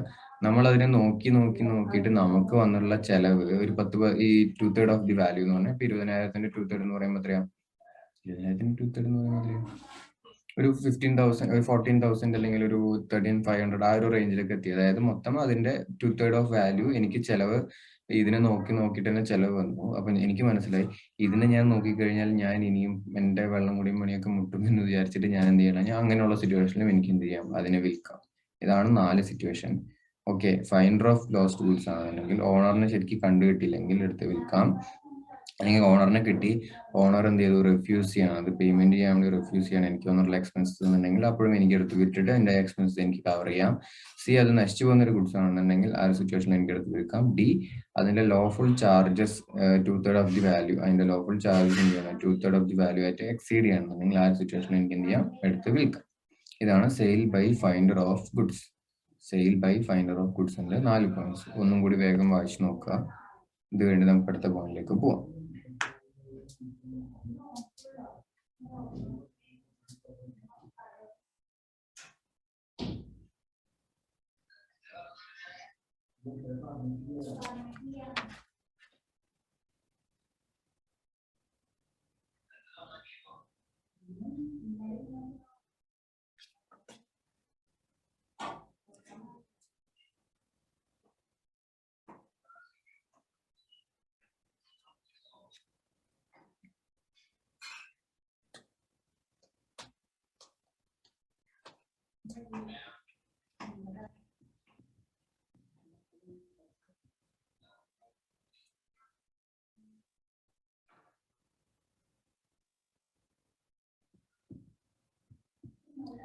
സോ ക്ലിയർ ആണെന്ന് വിചാരിക്കുന്നു. Sale by finder of goods എന്നുള്ളത് എല്ലാവർക്കും ക്ലിയർ ആണെന്ന് വിചാരിക്കുന്നു. നെക്സ്റ്റ് ടോപ്പിക്കിലേക്ക് പോവാണ്. Sale by pawnee or pledge എന്ന് പറയുന്നു. Sale by pawnee or pledge. ഈ പോൺ അല്ലെങ്കിൽ പ്ലഡ്ജ് എന്നുള്ള വേർഡ്സ് നിങ്ങൾ കേട്ടിട്ടുണ്ടോ? പോൺ അല്ലെങ്കിൽ പ്ലഡ്ജ് എന്നുള്ള വേർഡ്സ് നിങ്ങൾ കേട്ടിട്ടുണ്ടോ? അത് കേട്ടിട്ടില്ലെങ്കിൽ പണയം വെക്കുക എന്നുള്ളത് കേട്ടിട്ടുണ്ടോ? പണയം വെക്കുക എന്നുള്ളത് കേട്ടിട്ടുണ്ടാവില്ല എല്ലാവരും.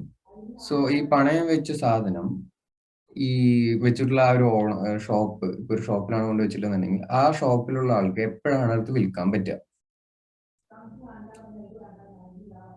എപ്പോഴാണ് വെക്കാൻ പറ്റുക?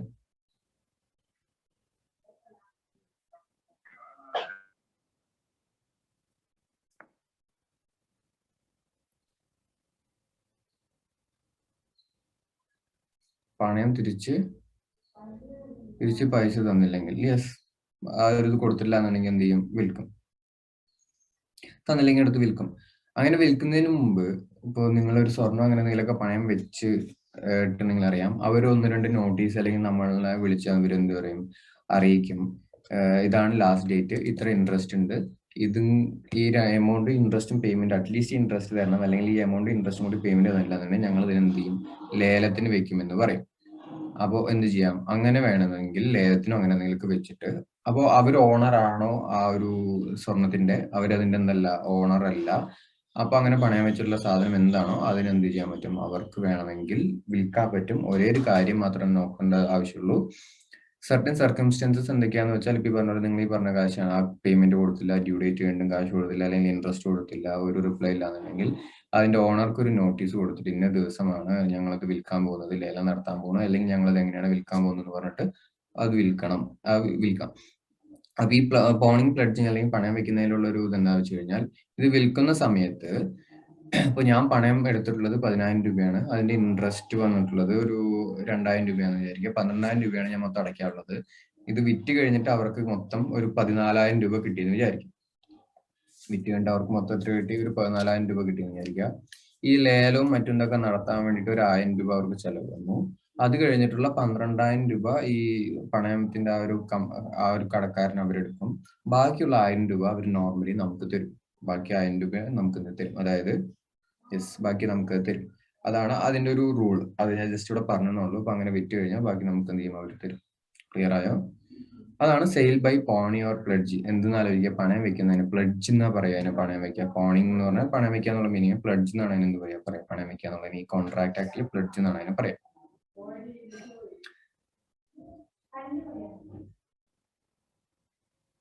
ക്ലിയർ ആണോ?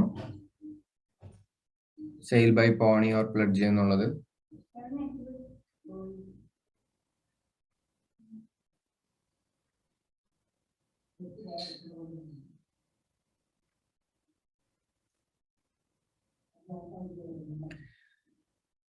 നെക്സ്റ്റ് പോയിന്റ് ആണ് sale by official receiver or assignee. ഇത് ഞാൻ വല്ലാതെ എക്സ്പ്ലെയിൻ ചെയ്യേണ്ടി വരില്ല എന്ന് വിചാരിക്കുന്നു. ഒരു ഒഫീഷ്യൽ റിസീവറിനെ എപ്പോഴാണ് അപ്പോയിന്റ് ചെയ്യുക? കോടതിയാണ് അപ്പോയിന്റ് ചെയ്യുക. ഒരു ആള് ഇൻസോൾവെന്റ് ആയി കഴിഞ്ഞാൽ ആ ഇൻസോൾവെന്റ് ആയിട്ടുള്ള ആളുടെ അസറ്റ്സ് എടുത്ത് വിറ്റിട്ട് അയാളുടെ ലയബിലിറ്റീസ് എല്ലാം പേ ഓഫ് ചെയ്യാൻ, നമ്മൾ ഇന്നലെ പറഞ്ഞിട്ടുണ്ടായിരുന്നല്ലോ, അതിന് വേണ്ടിയിട്ട് അപ്പോയിന്റ് ചെയ്യുന്ന ആളിനെയാണ് എന്താ പറയുക? ഒഫീഷ്യൽ റിസീവർ അല്ലെങ്കിൽ അസൈനി എന്ന് പറയുക. അപ്പൊ അയാൾ എന്തല്ല, ഓണർ അല്ല. അപ്പൊ ഫോർ എക്സാമ്പിൾ ഞാൻ ഇൻസോൾവെന്റ് ആണെന്ന് കോടതി പ്രഖ്യാപിച്ചു. അപ്പൊ എനിക്ക് വേണ്ടിയിട്ട് ഒരു റിസീവറിനെ അപ്പോയിന്റ് ചെയ്യും. ആ അപ്പോയിന്റ് ചെയ്തിട്ട് ആൾ എന്ത് ചെയ്യും? മൊത്തം എന്റെ അസറ്റിന്റെ കണക്കെടുക്കും, എനിക്ക് മൊത്തം ലയബിലിറ്റീസിന്റെ കണക്കെടുക്കും. എന്നിട്ട് അതിനൊരു ഓർഡർ കൊടുക്കും, ടോപ്പ് ഓർഡർ വെച്ചിട്ട് ഇങ്ങനെ കൊടുക്കും, എന്താണ് ഇമ്പോർട്ടൻസ് എന്ന് പറഞ്ഞിട്ട് അത് കൊടുത്തു കഴിഞ്ഞിട്ട് എന്റെ അസറ്റ് ഒക്കെ വിറ്റ് ഈ ലയബിലിറ്റീസ് എല്ലാം പേ ഓഫ് ചെയ്യും. അപ്പൊ ആ വിൽക്കുന്നത് ആളാണ് വിൽക്കുന്നതെങ്കിൽ പോലും, കാരണം എനിക്ക് എന്ത് ചെയ്യാൻ പറ്റില്ല, വിൽക്കാൻ പറ്റില്ല, കാരണം എനിക്ക് എന്തില്ല, കപ്പാസിറ്റി ഇല്ല. ഓൺ ബിഹാഫ് ഓഫ് മീ ആരാണ് വിൽക്കുന്നത്? ഈ റിസീവർ ആണ് വിൽക്കുന്നത്. അങ്ങനെയാണെങ്കിൽ ആൾ ഓണർ അല്ലെങ്കിൽ പോലും ആൾക്ക് എന്ത് ചെയ്യാൻ പറ്റും? വിൽക്കാൻ പറ്റും. അതാണ് അവിടെ ഒരു പോയിന്റ്. വല്ലാതെ അതിന് ആവശ്യമില്ല എന്ന് പറയാൻ ഞാൻ വിചാരിക്കുന്നു. വല്ലാതെ എക്സ്പ്ലെയിൻ ചെയ്യേണ്ട ആവശ്യമില്ല എന്ന് വിചാരിക്കുന്നു.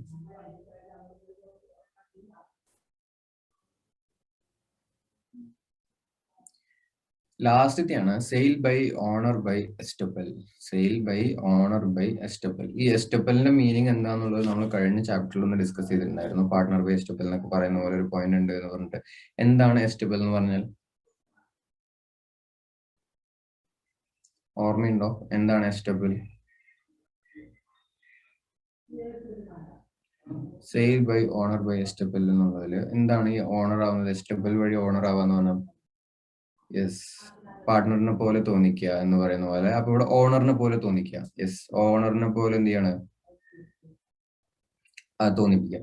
ഇപ്പൊ ഞാനും റിസ്വാനും പിന്നെ ആരാ വേറൊരാളുടെ പേര് ഹരിപ്രിയയും കൂടി ഇങ്ങനെ നിൽക്കുന്ന സമയത്ത് അനസ് വന്നിട്ട് ഇങ്ങനെ വന്നിട്ട് പറയാണ്, ആ ഒരു കാർ ഉണ്ടല്ലോ, ആ കാറ് സാറ് ഞാനും കൂടിയാണ് എന്ത് ചെയ്തിട്ടുള്ളത്? ഓൺ ചെയ്തിട്ടുള്ളത്. അതിൽ ഞാനും എന്താണ് ഒരു ഓണർ ഉണ്ട്, എനിക്കത് വിൽക്കാനുള്ള റൈറ്റ് ഉണ്ടെന്ന് പറഞ്ഞു.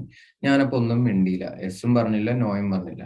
ഞാനപ്പോ ഒന്നും മിണ്ടാതായി ഇരിക്കുമ്പോ നോർമലി നിങ്ങൾക്ക് എന്ത് തോന്നും? റിസ്വാനും ഇപ്പൊ ബാക്കിയുള്ളവർക്കൊക്കെ എന്ത് തോന്നും? ഓക്കെ, അനസും അതിന്റെ ഒരു ഓണറാണ് എന്നുള്ളൊരു തോന്നൽ വരും. പിന്നീട് ഒരു 1-2 ദിവസം കഴിഞ്ഞിട്ട് അനസ് എന്ത് പറയണം? കാർ ഞാനിപ്പോ വിൽക്കാൻ പോവുകയാണെന്ന് പറഞ്ഞു കഴിഞ്ഞാൽ അനസിന് എന്ത് ചെയ്യാം? അങ്ങനെ വിൽക്കാം. എനിക്ക് പിന്നെ കേസും മറ്റു കാര്യങ്ങളൊക്കെ കൊടുക്കാമെങ്കിൽ പോലും ഈ പറയുന്ന ഈ അനസിന്റെ ഓണർ ബൈ എസ്റ്റപ്പൽ എന്നുള്ള ഒരു റൈറ്റിനെ ക്വസ്റ്റ്യൻ ചെയ്യുന്ന പോലെ ആയിരിക്കും. അപ്പൊ അത് ക്വസ്റ്റ്യൻ ചെയ്യാന്നുണ്ടെങ്കിൽ ഞാൻ ആദ്യം എന്ത് പ്രൂവ് ചെയ്യണം? ആൾ ഒരു തരത്തിലുള്ള ഓണർ അല്ല എന്ന് ഞാൻ പ്രൂവ് ചെയ്യണം. അത് പ്രൂവ് ചെയ്ത് കഴിഞ്ഞിട്ട് അപ്പോ ഇങ്ങനെ പ്രൂവ് ചെയ്യുന്ന സമയത്തുള്ള എന്താ പ്രശ്നം വരാന്ന് വെച്ച് കഴിഞ്ഞാൽ, ഇപ്പൊ നിങ്ങള് സാക്ഷികളായിട്ട് എനിക്ക് എന്ത് പറയും? ഇല്ല, അന്നിങ്ങനെ പറഞ്ഞപ്പോ നോ എന്നും പറഞ്ഞിട്ടുണ്ടായിരുന്നില്ല എന്ന് പറയും. അന്നിങ്ങനെ പറഞ്ഞപ്പോ എന്താണ് നോ എന്നും പറഞ്ഞിട്ടില്ല എന്ന് പറയും. അപ്പോ ഓണർ ബൈ എസ്റ്റപ്പലിന് സാക്ഷികളായിട്ട് വരും. അങ്ങനെയുള്ള പ്രശ്നങ്ങളൊക്കെ കേസായിട്ട് പോകുമ്പോൾ മുന്നിൽ വരും. അപ്പോൾ ഇവിടെ എന്താ പറയുന്നത്? ഒരു എസ്റ്റപ്പൽ ഓണർ ബൈ എസ്റ്റപ്പൽ ആണെന്നുണ്ടെങ്കിൽ ആൾക്ക് എന്ത് ചെയ്യാം? വിൽക്കാം എന്ന് പറഞ്ഞിട്ട് ഒരു പോയിന്റ്. അത്രേ ഉള്ളൂ. അതിന് സ്പെഷ്യൽ ആയിട്ടൊരു പോയിന്റ്, ഇന്നൊരു കണ്ടീഷൻ അങ്ങനെയൊന്നുമില്ല. ഒരു ഒരു ഒറിജിനൽ ഓണർക്ക് ഞാൻ മിണ്ടാതിരുന്നത് കൊണ്ട് എന്ത് ചെയ്യാണ് ബയർ, മറ്റുള്ള ബയർക്ക്, ബയർ റിസ്വാനാണ് അല്ലാന്നുണ്ടെങ്കിൽ ഹരിപ്രിയാണെന്നുണ്ടെങ്കിൽ അവർ വിശ്വസിക്കുകയാണ് അനസ് ഓണറാണ്, അനസിന് അല്ലെങ്കിൽ വിൽക്കാനുള്ള റൈറ്റ് ഉണ്ട് എന്ന് വിശ്വസിച്ചു കഴിഞ്ഞാൽ അനസ വിൽക്കുന്നതിൽ എന്തില്ല, അത് പിന്നെ തെറ്റുണ്ടാവില്ല. അങ്ങനെ ആ സെയിൽ എനിക്ക് പിന്നെ പെട്ടെന്ന് പോയിട്ട് എന്ത് ചെയ്യാൻ പറ്റില്ല, സ്റ്റോപ്പ് ചെയ്യാൻ പറ്റില്ല. കാരണം ഞാനൊന്നും മിണ്ടാതിരുന്നത് കൊണ്ടാണ് നിങ്ങൾ എന്തായിട്ട് വിശ്വസിച്ചത്, അനസിന് വിൽക്കാനുള്ള റൈറ്റ് ഉണ്ട് അല്ലെങ്കിൽ അനസ് ഒരു ഓണർ ആണെന്നുള്ള രീതിയിൽ വിശ്വാസം വന്നത്. അതാണ് ആ point, sale by owner by estoppel. So അതോടുകൂടി എന്ത് കഴിഞ്ഞു, സെയിൽ ബൈ നോൺ ഓണേഴ്സ് എന്നുള്ള ഒരു പോയിന്റ് നമ്മളുടെ ഡിസ്കസ് ചെയ്ത് കഴിഞ്ഞു. അതോടുകൂടി അത് കഴിഞ്ഞു സെയിൽ ബൈ നോൺ ഓണേഴ്സ് എന്നുള്ള ഒരു പോയിന്റ് നമ്മൾ എന്ത് ചെയ്തു, മൊത്തത്തിൽ ഡിസ്കസ് ചെയ്ത് കഴിഞ്ഞു.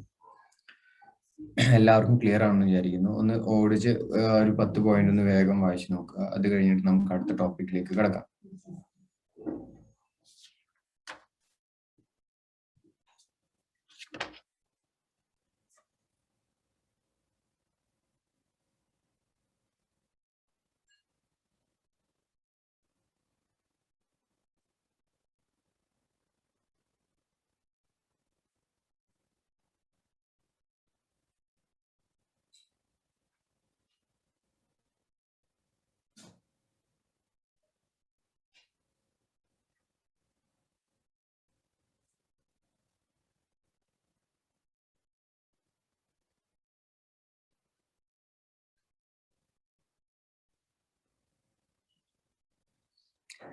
ക്ലിയർ? ഓക്കെ, എല്ലാവരും ഒരു റൗണ്ട് വായിച്ചു ക്ലിയർ ആയെന്ന് വിചാരിക്കുന്നു. എങ്കിൽ പറയാ, ഞാൻ അടുത്തൊരു ടോപ്പിക്ക്.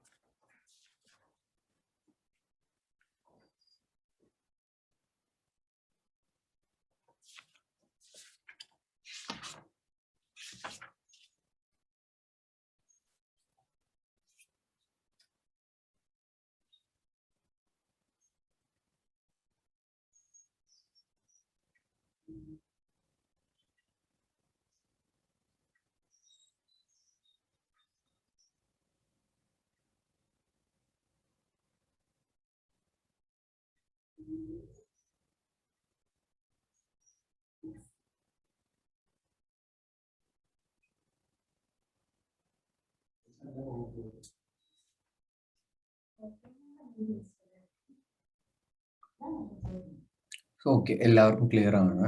നമുക്കിപ്പോൾ എന്ത് ചെയ്യാം, അടുത്ത ഒരു ഹെഡിങ്ങിലേക്ക് പോവാം, കണ്ടീഷനും വാറന്റിയും. അടുത്ത ഹെഡിങ്ങിലേക്ക് പോവാം, അടുത്ത ടോപ്പിക്കിലേക്ക് പോവാം, കണ്ടീഷൻ ആൻഡ് വാറന്റി.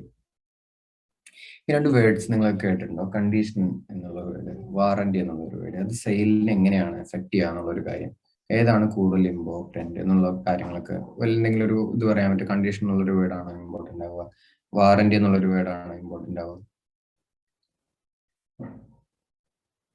കണ്ടീഷൻ, നമ്മൾ എന്തെങ്കിലും ഒരു അതിനെ എന്നാ പറയാന്ന് വെച്ചാൽ ഒരു essential element of the contract എന്നാണ് കണ്ടീഷന് പറയാം.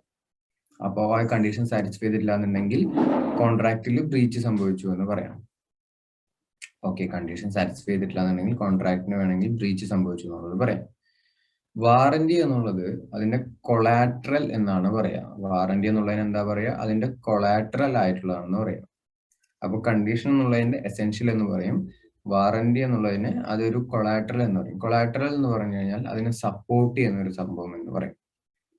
സപ്പോർട്ട് ചെയ്യുന്ന ഒരു കാര്യമാണ്. അതിനെ ബേസ് ചെയ്തിട്ടല്ല നമ്മൾ എന്ത് ചെയ്തിട്ടുണ്ടാവുക, ഈ കോൺട്രാക്റ്റിൽ എൻ്റർ ചെയ്തിട്ടുണ്ടാവുക. അതും കൂടി ആഡഡ് ആയിട്ട് കിട്ടിയിട്ടുള്ളതാണ്. ഇപ്പോൾ നമ്മൾ വാറന്റി എന്നൊക്കെ പറയുന്നത് എന്താ, ഒരു സാധനം വാങ്ങുമ്പോൾ 2 years എന്ത് ചെയ്യേണ്ട, റിപ്പയറിംഗ് വാറന്റി അല്ലെങ്കിൽ ഡാമേജിങ് വാറന്റി എന്നൊക്കെ പറഞ്ഞു കഴിഞ്ഞാൽ നമ്മൾ അത് കണ്ടിട്ടല്ല എന്ത് ചെയ്യുന്നുണ്ടാവുക, നമ്മൾ ഒരു ഗുഡ്സ് വാങ്ങുന്നുണ്ടാവുക. ചിലപ്പോൾ നമ്മൾ വാങ്ങുന്നുണ്ടാവുക ഇപ്പൊ ഒരു ഫോണാണ് വാങ്ങുന്നുണ്ടെങ്കിൽ ഫോണിൽ നമ്മൾ ആ ഒരു ഫോണിന്റെ മേജർ കണ്ടീഷൻ ആയിട്ട് നമ്മൾ പറഞ്ഞിട്ടുള്ളത് 6 GB internal, 128 GB ROM plus എന്താണ് സ്നാപ്ഡ്രാഗൺ 888 ചിപ്പ്, ക്യാമറ 64 MB. ഇപ്പോൾ ഇത് മൂന്നുമാണ് എനിക്ക് വേണ്ട കണ്ടീഷൻ. റാം സ്നാപ്ഡ്രാഗൺ 888 ചിപ്പും 6 GB internal, 128 GB, 6 GB RAM, 128 GB ഇന്റേണലാണ് എനിക്ക് വേണ്ട കണ്ടീഷൻസ് എന്ന് വിചാരിച്ചാൽ, അതിന്റെ കൂടെ എനിക്ക് എനിക്ക് എപ്പോഴാണ് കോൺട്രാക്റ്റിൽ ബ്രീച്ച് സംഭവിക്കുക, ഞാൻ നോക്കുമ്പോൾ എനിക്ക് കിട്ടിയിട്ടുള്ളത് 4 GB റാമും 64 GB ഇന്റേണലിനും ഫോണാണെന്നുണ്ടെങ്കിൽ, ഞാൻ ആ കോൺട്രാക്റ്റിൽ വെച്ചിട്ടുള്ളതിന്റെ മെയിൻ പർപ്പസ് എന്താണ്, എനിക്ക് വേണ്ടത് 6 GB ഇന്റേണലും 128 GB ഉള്ള ഒരു ഫോൺ, 128 GB മെമ്മറി ഉള്ള ഒരു സ്പേസ് ഫോണുള്ളതാണ് എനിക്ക് വേണ്ടതെന്ന് ഞാൻ പറഞ്ഞു, സ്റ്റോറേജ് ഉള്ള ഒരു ഫോണാണെന്ന് പറഞ്ഞിട്ടുണ്ടെങ്കിൽ അത് ഇതാക്കി വയലേറ്റ് ചെയ്ത് കഴിഞ്ഞാൽ ആ കോൺട്രാക്ട് എന്ത് ചെയ്തു, ബ്രീച്ച് സംഭവിച്ചു. അപ്പോൾ എന്ത് ചെയ്യാം, ആ കോൺട്രാക്ട് തന്നെ ക്യാൻസൽ ചെയ്യാം. അപ്പൊ കണ്ടീഷനിൽ എന്തെങ്കിലും ബ്രീച്ച് സംഭവിച്ചാൽ കോൺട്രാക്ട് തന്നെ എന്ത് ചെയ്യാം, ക്യാൻസൽ ചെയ്യാം. വേറാസ് എനിക്ക് ആ ഒരു ഫോൺ കിട്ടി, ഫോണിന് കുഴപ്പമൊന്നുമില്ല, അതിനൊരു വാറന്റി ആയിട്ട് എന്ത് കിട്ടിയിട്ടുണ്ട്, ഒരു 1.5 വർഷത്തെ അല്ലെങ്കിൽ 1 വർഷത്തെ എന്ത് കിട്ടിയിട്ടുണ്ട്, സർവീസ് വാറന്റി കിട്ടിയിട്ടുണ്ടെന്ന് വിചാരിക്കുക. അതിലെന്തെങ്കിലും ചെറിയ കംപ്ലൈന്റ് ഒക്കെ വന്നു കഴിഞ്ഞാൽ അവർ നോർമലി പറയുന്ന ഡിസ്പ്ലേ പോയി കഴിഞ്ഞാൽ ഡിസ്പ്ലേ അല്ലാതെ വരുന്ന കംപ്ലൈന്റ്സ് അവർ എന്ത് ചെയ്യും, സർവീസ് ചെയ്ത് തരാമെന്ന് അങ്ങനെ എന്തെങ്കിലും പറഞ്ഞിട്ട് 1 വർഷത്തെയോ അല്ലെങ്കിൽ 6 മാസത്തെയോ ഒരു വാറന്റി കിട്ടിയെന്ന് വിചാരിക്കുക. അപ്പൊ ഈ 6 മാസത്തിനുള്ളിൽ ഫോണിന് എന്തെങ്കിലും ഒരു കംപ്ലൈന്റ് വന്നു, ഞാൻ അവിടെ കൊണ്ടുപോയി, അവിടെ പോയി കഴിഞ്ഞപ്പോൾ അവർ പറഞ്ഞു വാറന്റി ഒന്നും തരില്ല, നിങ്ങൾ എന്ത് ചെയ്യണം, ഇത് സർവീസ് ചെയ്യണമെന്നുണ്ടെങ്കിൽ കാശ് തരണം എന്ന് പറഞ്ഞു കഴിഞ്ഞാൽ, അതിന്റെ പേരിൽ എനിക്ക് പറയണ എനിക്ക് ഫോൺ വേണ്ട, നിങ്ങൾ ഫോൺ എടുത്തോളൂ, ഞാൻ ആ ഫോൺ വിറ്റ ആ ഒരു സെയിൽസ് കോൺട്രാക്ട് എനിക്ക് ക്യാൻസൽ ചെയ്തിട്ട് എനിക്ക് ഫോൺ തന്നോളൂ, ഞാൻ എന്ത് ചെയ്യുള്ളൂ, എനിക്ക് വാറന്റി ഇല്ലാതെ പറ്റില്ല, അങ്ങനെ പറയാൻ പറ്റുമോ? അങ്ങനെ പറയാൻ പറ്റുമോ? ഒരു വാറന്റി തന്നിട്ടില്ല എന്ന് പറഞ്ഞിട്ട് നമുക്ക് ആ സെയിൽ ചെയ്തിട്ടുള്ള സെയിൽസ് കോൺട്രാക്ട് തന്നെ വേണ്ടാന്ന് വെക്കാൻ പറ്റുമോ എവിടെയെങ്കിലും ഒരു സിറ്റുവേഷൻ? ഇല്ല. അപ്പൊ നമുക്ക് എന്ത് വേണമെങ്കിൽ ചെയ്യാം, എനിക്ക് അത് തരണം എന്ന് പറഞ്ഞിട്ട് ആ ഡാമേജസിന് വേണ്ടിയിട്ട്, അതായത് അത് നേരാക്കി തരണം എന്ന് പറഞ്ഞിട്ട് അതിന് വേണ്ടി നമുക്ക് വേണമെങ്കിൽ കേസ് കൊടുക്കുക, അല്ലെങ്കിൽ സ്യൂ ഫോർ ഡാമേജസ്, ആ ഒരു പോയിന്റ് വേണമെങ്കിൽ പറയാം. ബ്രീച്ച് ഓഫ് വാറന്റി വന്നു കഴിഞ്ഞാൽ എന്തിനു മാത്രമുള്ള റൈറ്റ് ആവുള്ളൂ, സ്യൂട്ട് ഫോർ ഡാമേജസിന് മാത്രമുള്ള റൈറ്റ് ആവുള്ളൂ. ബ്രീച്ച് ഓഫ് കണ്ടീഷൻ ആണെന്നുണ്ടെങ്കിൽ ടെർമിനേറ്റ് ദി കോൺട്രാക്ട് എന്നാണ് പറയുന്നത്. കണ്ടീഷൻ ബ്രീച്ച് ചെയ്ത് കഴിഞ്ഞാൽ എന്താണ്, കോൺട്രാക്ട് ടെർമിനേറ്റ് ചെയ്യാം എന്നുള്ളതാണ് പറയുന്നത്. അതാണ് കണ്ടീഷനും വാറന്റിയുമായിട്ടുള്ള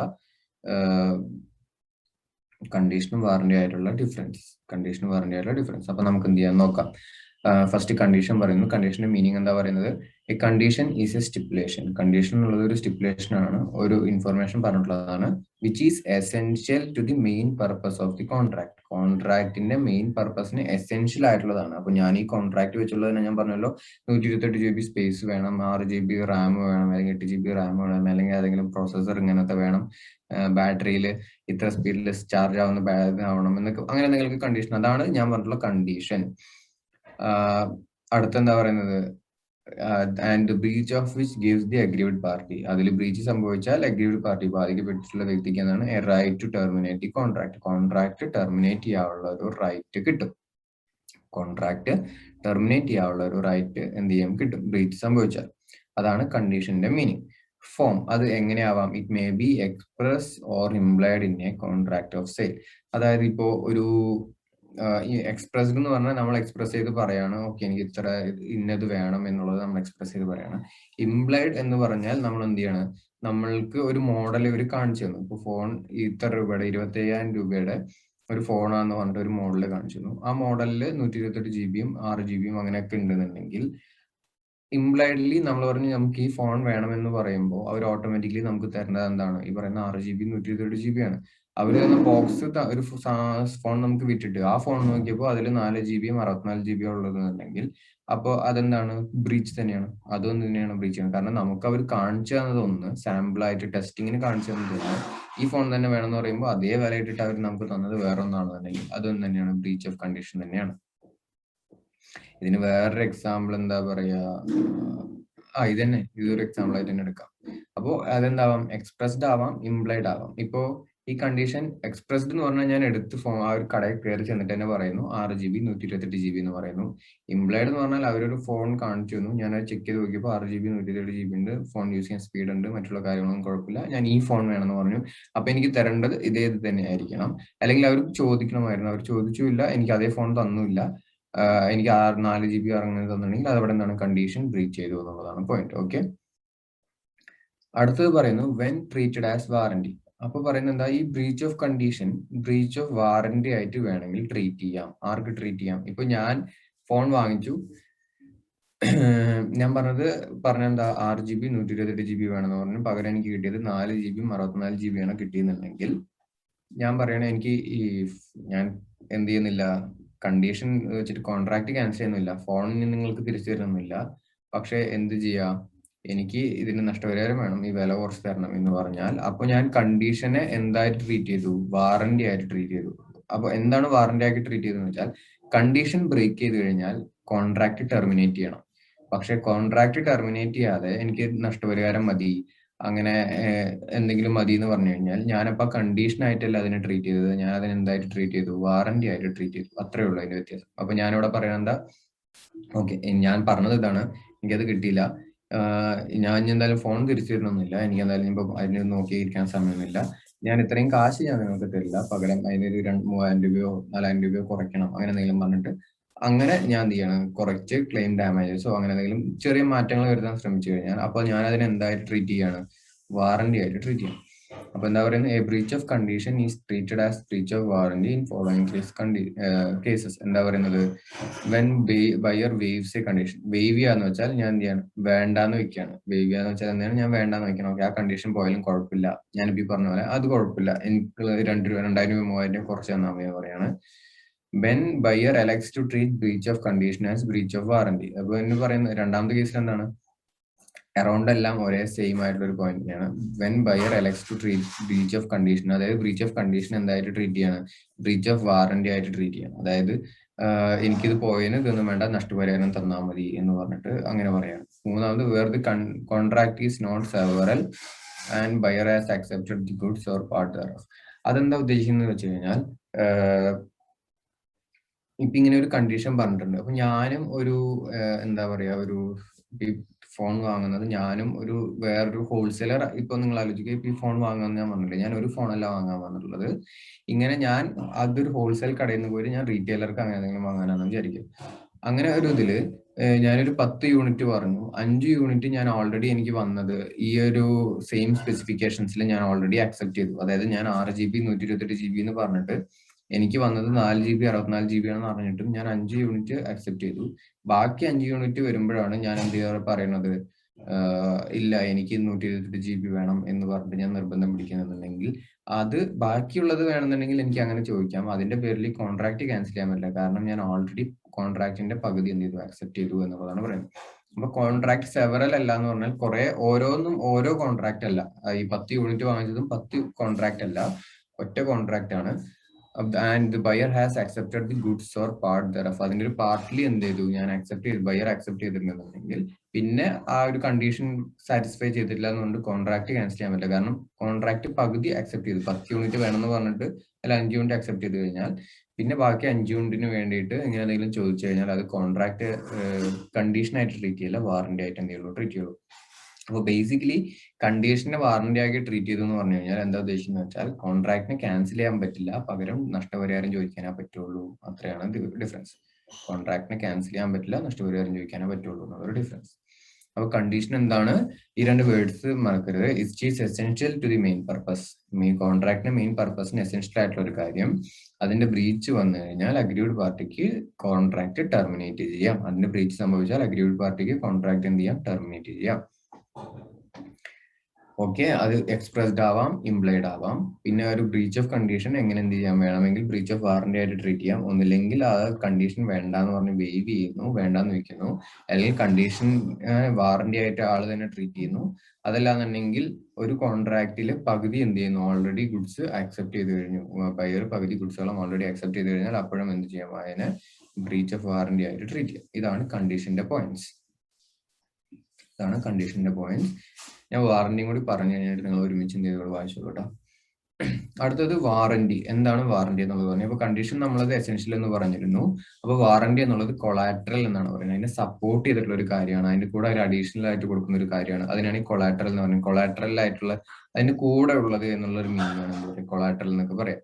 അപ്പോൾ warranty is a stipulation which is collateral to the main purpose of the contract. ആ മെയിൻ പർപ്പസിന് കൊളാട്രൽ അല്ലെങ്കിൽ സപ്പോർട്ടിങ് അങ്ങനെയൊക്കെ ആയിട്ടുള്ള ഒരു കാര്യമാണ് എന്ത്? വാറന്റി എന്നുള്ളത്. The breach of warranty, breach of which gives the aggrieved party. അതിന് ബാധിക്കപ്പെട്ടിട്ടുള്ള ഒരു വ്യക്തി ഉണ്ടെന്നുണ്ടെങ്കിൽ ആ വ്യക്തിക്ക് ബ്രീച്ച് സംഭവിച്ചു കഴിഞ്ഞാൽ, ഈ വാറന്റിയിൽ ബ്രീച്ച് സംഭവിച്ചാൽ, റൈറ്റ് ടു ക്ലെയിം ഡാമേജസ്.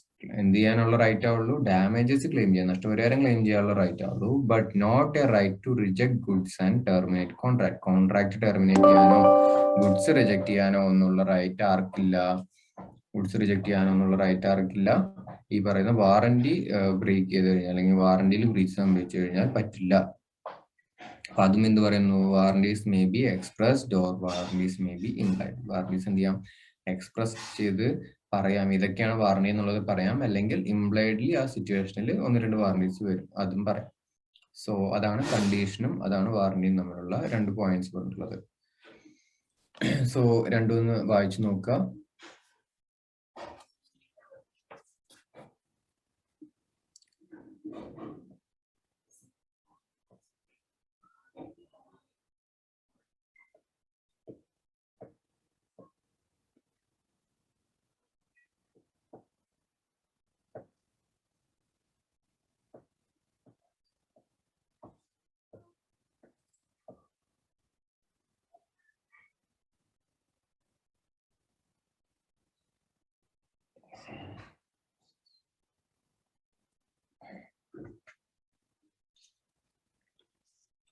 വായിച്ചു നോക്കുക, വായിച്ചു കഴിഞ്ഞാൽ പറയാം.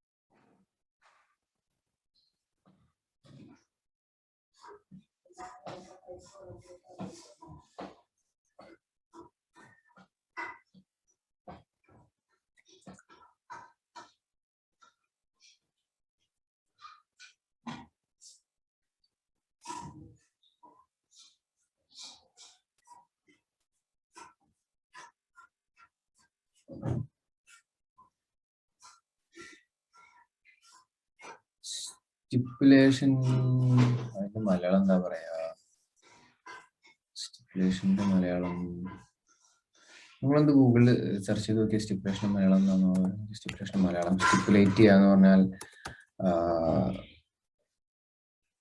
പറയാ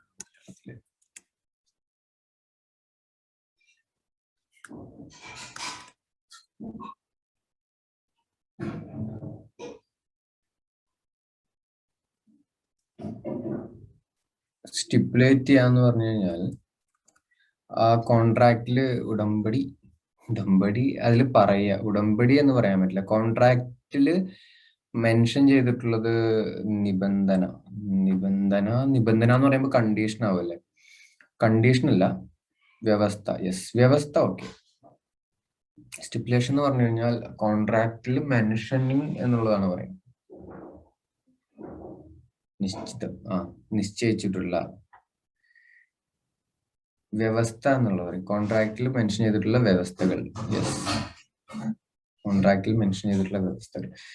അതിനൊരു കണ്ടീഷൻസ് എന്ന് വേണമെങ്കിൽ പറയാം. പക്ഷെ ആ ഒരു കണ്ടീഷൻ പറഞ്ഞാൽ ഇവിടെ താഴെ പറയുന്ന കണ്ടീഷൻസ്. യെസ്, സ്റ്റിപ്പുലേഷൻസ്, വ്യവസ്ഥകൾ, അങ്ങനെ പറയാം. വ്യവസ്ഥ വേണമെങ്കിൽ യൂസ് ചെയ്യാം, അതായിരിക്കും മലയാളം ഈ പക്ക മലയാളം വേർഡ്സ് കിട്ടലാണ് ഇപ്പൊ കഷ്ടപ്പാട്. അതിലും വേറെ ഇംഗ്ലീഷിൽ തന്നെ മീനിങ് ആലോചിക്കും. Something mentioned in a contract എന്ന് വേണമെങ്കിൽ പറയാം സ്റ്റിപ്പുലേഷൻ എന്ന് പറഞ്ഞു കഴിഞ്ഞാൽ. അതാണ് എളുപ്പം.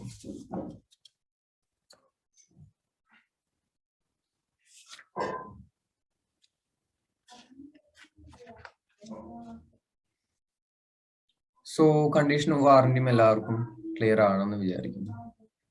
ഡൗട്ട്സ് ആർക്കെങ്കിലും ഇല്ലെങ്കിൽ നമുക്ക് എന്ത് ചെയ്യാം, അടുത്ത ടോപ്പിക്കിലേക്ക് പോകാം. ആക്ച്വലി ഞാനൊന്ന് ടാർഗറ്റ് ചെയ്തത് ഇന്നത്തോടു കൂടി ഈ ചാപ്റ്റർ തീർക്കാന്നുള്ളതാണ്. എനിക്ക് തോന്നുന്നില്ല, I don't think I can cover this today.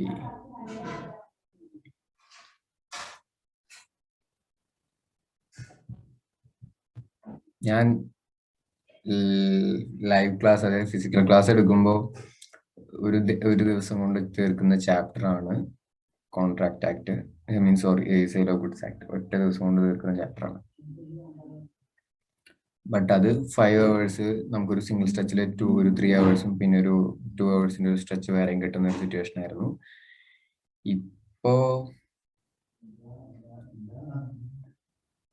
ഇപ്പൊ എന്താ പറയാ, ഒരു 1 hour അവിടെ സ്ട്രെച്ച് പോയി, പിന്നെ അതിന്റെ കണ്ടിന്യൂഷന് വേണ്ടി ഇന്നലെ ഒരു 2 hour, അതിന്റെ ബാക്കി കണ്ടിന്യൂഷൻ ഇന്ന് 2 hour. അപ്പൊ ഒരു 5 hour നമുക്ക് എഫക്റ്റീവ് ആയിട്ട് കിട്ടിയിട്ടില്ല. അതാണ് പറ്റിയത്. അല്ലാന്നുണ്ടെങ്കിൽ ഞാൻ തീർത്തേനെ. ലാഗോ, വീണ്ടും ലാഗോ.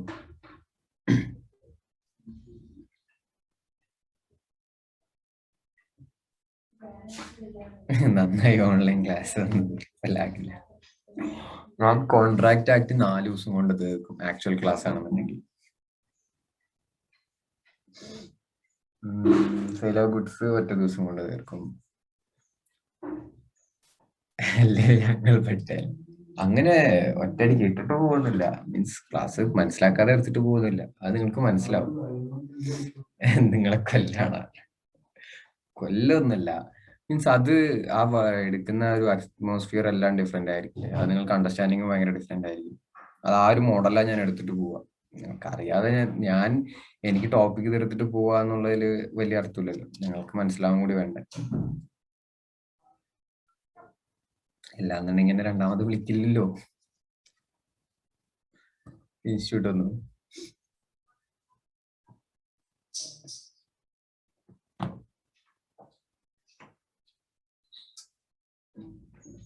ആര് വിളിച്ചു? മീൻസ് ഇപ്പൊ ഞാൻ നന്നായി ക്ലാസ് എടുത്താലേ, ഇപ്പൊ ഒരു ടേമിന് എനിക്ക് തന്നു, അല്ലെങ്കിൽ ഒരു ബാച്ച് തന്നു, അല്ലെങ്കിൽ 2 ക്ലാസ് തന്നു, ഇപ്പൊ നിങ്ങൾ പോയിട്ട് സാർമാരുടെ അടുത്ത് പറയാണ് ആ സാർ എടുക്കുന്നൊന്നും മനസ്സിലാവുന്നില്ല, വെറുതെ എന്തൊക്കെയോ പറഞ്ഞു പോവാണ്, മൊത്തം മണ്ടത്തരാ പറയുന്നത്, ക്ലാസ് ഒന്നും എടുക്കാൻ അറിയില്ല, അതിൽ ഞങ്ങളായിട്ട് നന്നായിട്ട് ഞങ്ങൾ തന്നെ വായിച്ച് മനസ്സിലാവും, അങ്ങനെ പറഞ്ഞു കഴിഞ്ഞാൽ പിന്നെ എന്നെ വിളിക്കില്ല. ഞാൻ ഇൻസ്റ്റിറ്റ്യൂട്ട് പിന്നെ എന്നെ വിളിക്കൂ? ഏത് ഇൻസ്റ്റിറ്റ്യൂട്ട് ആണെങ്കിലും പിന്നെ എന്നെ അവർ വിളിക്കൂ?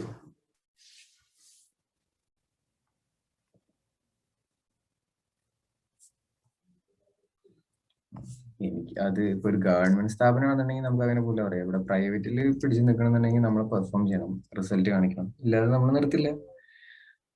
അപ്പോ എനിക്ക് കുറച്ച് റെപ്യൂട്ടേഷൻ ഉണ്ട് ക്ലാസ് എടുത്തതിൽ, അതുകൊണ്ടാണല്ലോ എന്നെ വിളിച്ചത്.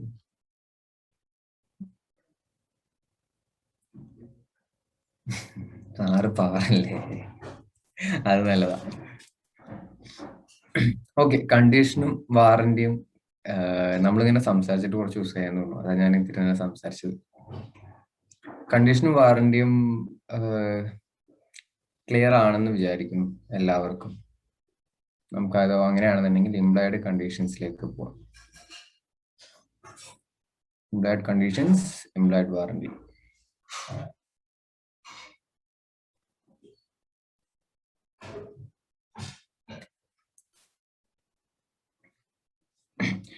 അപ്പൊ നമ്മൾ പറഞ്ഞിരുന്നു കണ്ടീഷൻസ് ഇംപ്ലോയിഡ് ആവാം, കണ്ടീഷൻസ് എന്ത് ചെയ്യാം, എക്സ്പ്രസ് ചെയ്ത് പറയാന്ന് പറഞ്ഞു. എക്സ്പ്രസ് ചെയ്ത് പറയുന്ന കണ്ടീഷൻ ഓരോ കോൺട്രാക്ട് വെച്ചിട്ട് എന്ത് ചെയ്യും, മാറിക്കൊണ്ടിരിക്കും. എക്സ്പ്രസ്ലി പറയുന്ന കണ്ടീഷൻസ് എന്ത് ചെയ്യും, ഓരോ കോൺട്രാക്റ്റിൽ മാറും. അപ്പൊ ഞാൻ പറഞ്ഞ പോലെ ഒരു 6 GB ഇത് വേണം, 128 GB വേണം, അല്ലെങ്കിൽ സ്നാപ് ഡ്രാഗണിന്റെ ഇത് വേണം ഒരു ഇതിന്റെ കേസിൽ. അല്ലെങ്കിൽ കാറ് പറയുമ്പോൾ പറയാണ് എനിക്ക് ഇത്ര ഇതുള്ള ഒരു കാർ വേണം, അതിന് ഇത്ര എയർ ബാഗ് ഉള്ള കാർ വേണം, അല്ലെങ്കിൽ ഇങ്ങനത്തെ സൗണ്ട് സിസ്റ്റം ഉള്ള കാർ വേണം, അല്ലെങ്കിൽ ഇത്ര പവർ ഉള്ള കാർ വേണം. അതൊക്കെ അത് കാറിന്റെ കേസിലെ കണ്ടീഷൻ. അതല്ലാന്നുണ്ടെങ്കിൽ TV വാങ്ങുകയാണെന്നുണ്ടെങ്കിൽ LED 4K ultra HD TV വേണം, അത് അങ്ങനെ പറയാം. അത് ടിവിയുടെ കേസിലുള്ള കണ്ടീഷൻ.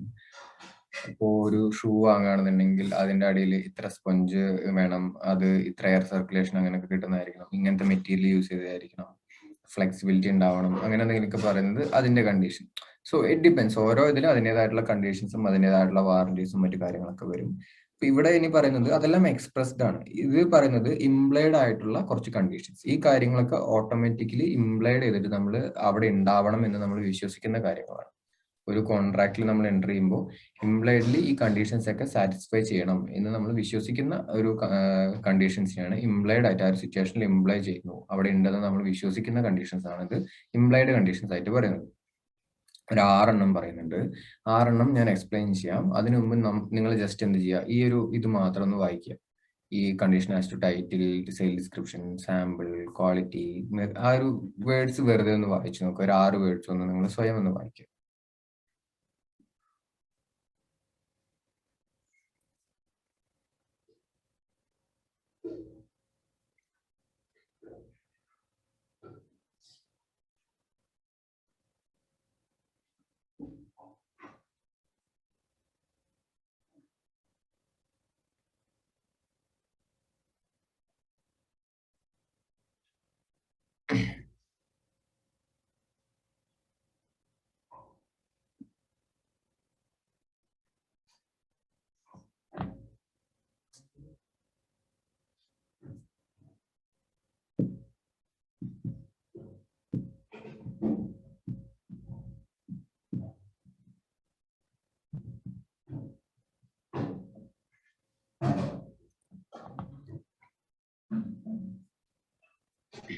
ഒരു 6 വേർഡ്സും ഒന്ന് വായിച്ചില്ലേ? എന്താ? Condition as to title, as to sale by description, as to sale by sample, as to quality or fitness, as to merchantable quality, as to ഹോൾസംനെസ്.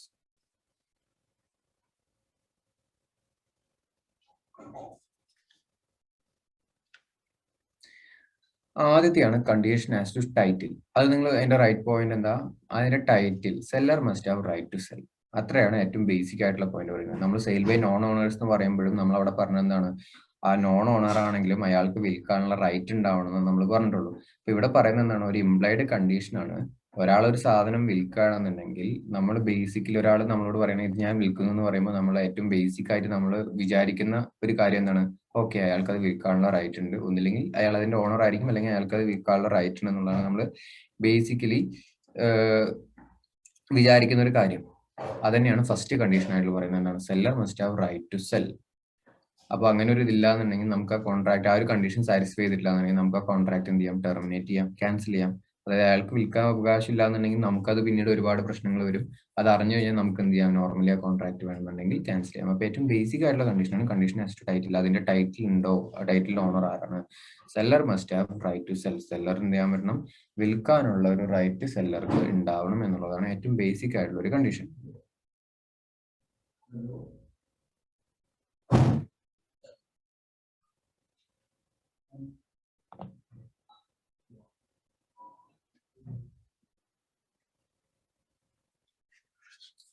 So first condition simple ആണ്, ക്ലിയർ ആണെന്ന് വിചാരിക്കുന്നു. Second condition അതുപോലത്തെ ഒരു കണ്ടീഷനാണ്. Sale condition as to sale by description. ഒരു description by sale ആണെന്ന് വിചാരിക്കുക. അപ്പൊ ഫോർ എക്സാമ്പിൾ ആലോചിക്കുക, ഒരു കാറ് എന്തെങ്കിലും വാങ്ങുക, ഒരു കാറ് വാങ്ങുകയാണ്. അല്ലെങ്കിൽ ഇപ്പൊ ഞാൻ ഫസ്റ്റ് പറഞ്ഞ എക്സാമ്പിൾ തന്നെയാണ് എന്ത് ചെയ്യുന്നത്? നമ്മളോട് അവർ ഡിസ്ക്രൈബ് ചെയ്തിട്ടുള്ള ഇത് ഇപ്പോ നമ്മൾ നേരിട്ട് കണ്ടിട്ടില്ല, നമ്മളോട് അവർ ഡിസ്ക്രൈബ് ചെയ്തിട്ടുള്ള എന്താണ്? ഇത് 6 GB 128 GB എന്നുള്ളതാണ് ഡിസ്ക്രൈബ് ചെയ്തിട്ടുള്ളത്. അതാണ് നമുക്ക് പറഞ്ഞിട്ടുള്ള ഡിസ്ക്രിപ്ഷൻ ഉള്ളത്. അല്ലാന്നുണ്ടെങ്കിൽ നമ്മളിപ്പോൾ ആമസോണിൽ വാങ്ങുമ്പോഴൊക്കെ അതിൽ ഡിസ്ക്രിപ്ഷൻ ഉള്ളത് 6 GB 128 GB ആണെന്നുണ്ടെങ്കിൽ ആ ഒരു ഗുഡ്സ് അവർ നമുക്ക് സെയിൽ ചെയ്യുമ്പോൾ ആക്ച്വലി നമ്മളുടെ കയ്യിൽ കിട്ടുന്നതും എന്ത് തന്നെയായിരിക്കണം? 6 GB 128 GB തന്നെയായിരിക്കണം നമ്മളുടെ കയ്യിൽ കിട്ടുന്നത്. അതല്ല എന്നുണ്ടെങ്കിൽ അതെന്തല്ല? വാലിഡ് അല്ല. ആ കണ്ടീഷൻ അവരെന്ത് ചെയ്തു? ബ്രേക്ക് ചെയ്തു. നമുക്ക് ആ കോൺട്രാക്ട് ക്യാൻസൽ ചെയ്യാം, ആ ഗുഡ്സ് എന്ത് ചെയ്യാം? റിട്ടേൺ ചെയ്തിട്ട് മണി നമുക്ക് വേണമെന്ന് പറയാം. അതാണ് സെയിൽ ബൈ ഡിസ്ക്രിപ്ഷൻ. അപ്പോ condition as to sale by description എന്നാൽ ഗുഡ്സ് മസ്റ്റ് കറസ്പോണ്ട്. കറസ്പോണ്ട് എന്ന് പറഞ്ഞാൽ എന്താണോ ഡിസ്ക്രിപ്ഷനിൽ പറഞ്ഞിട്ടുള്ളത് അത് തന്നെ ആയിരിക്കണം ഗുഡ്സ്.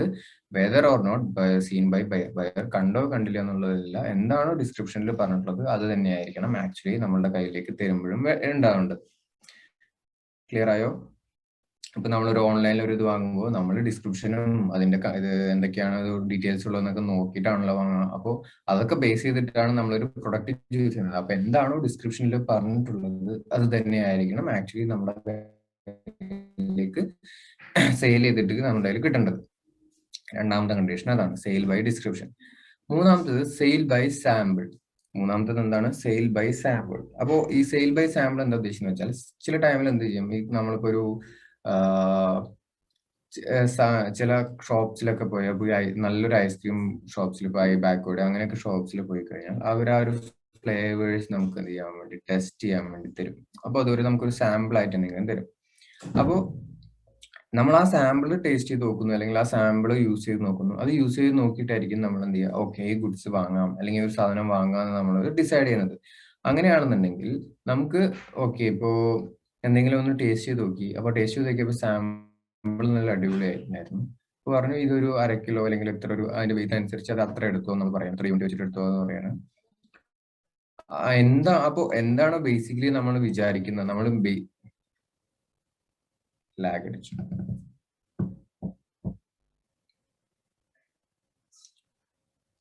അടിച്ചു ക്ലിയർ ആയെന്ന് ഇപ്പൊ ശരിയായെന്ന് വിചാരിക്കുന്നു.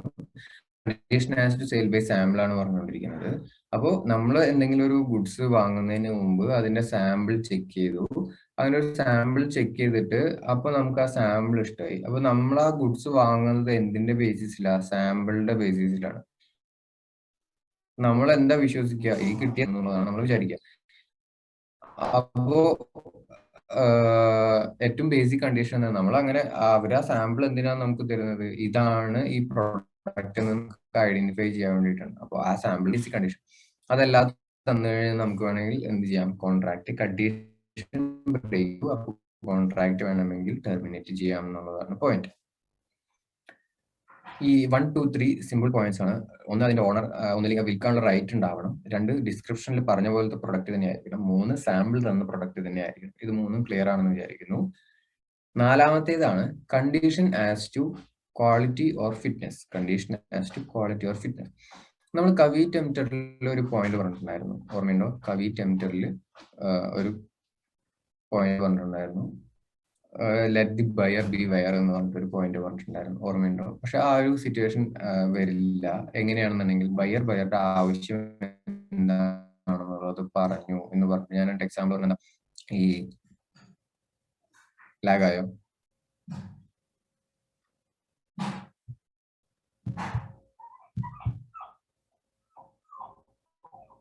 ഇടയ്ക്ക് ലാഗ് ഉണ്ട് തോന്നി. ഈ കാലത്താണല്ലോ ഈ ഒരു പ്രശ്നങ്ങൾ. എന്തിന് എന്തിന്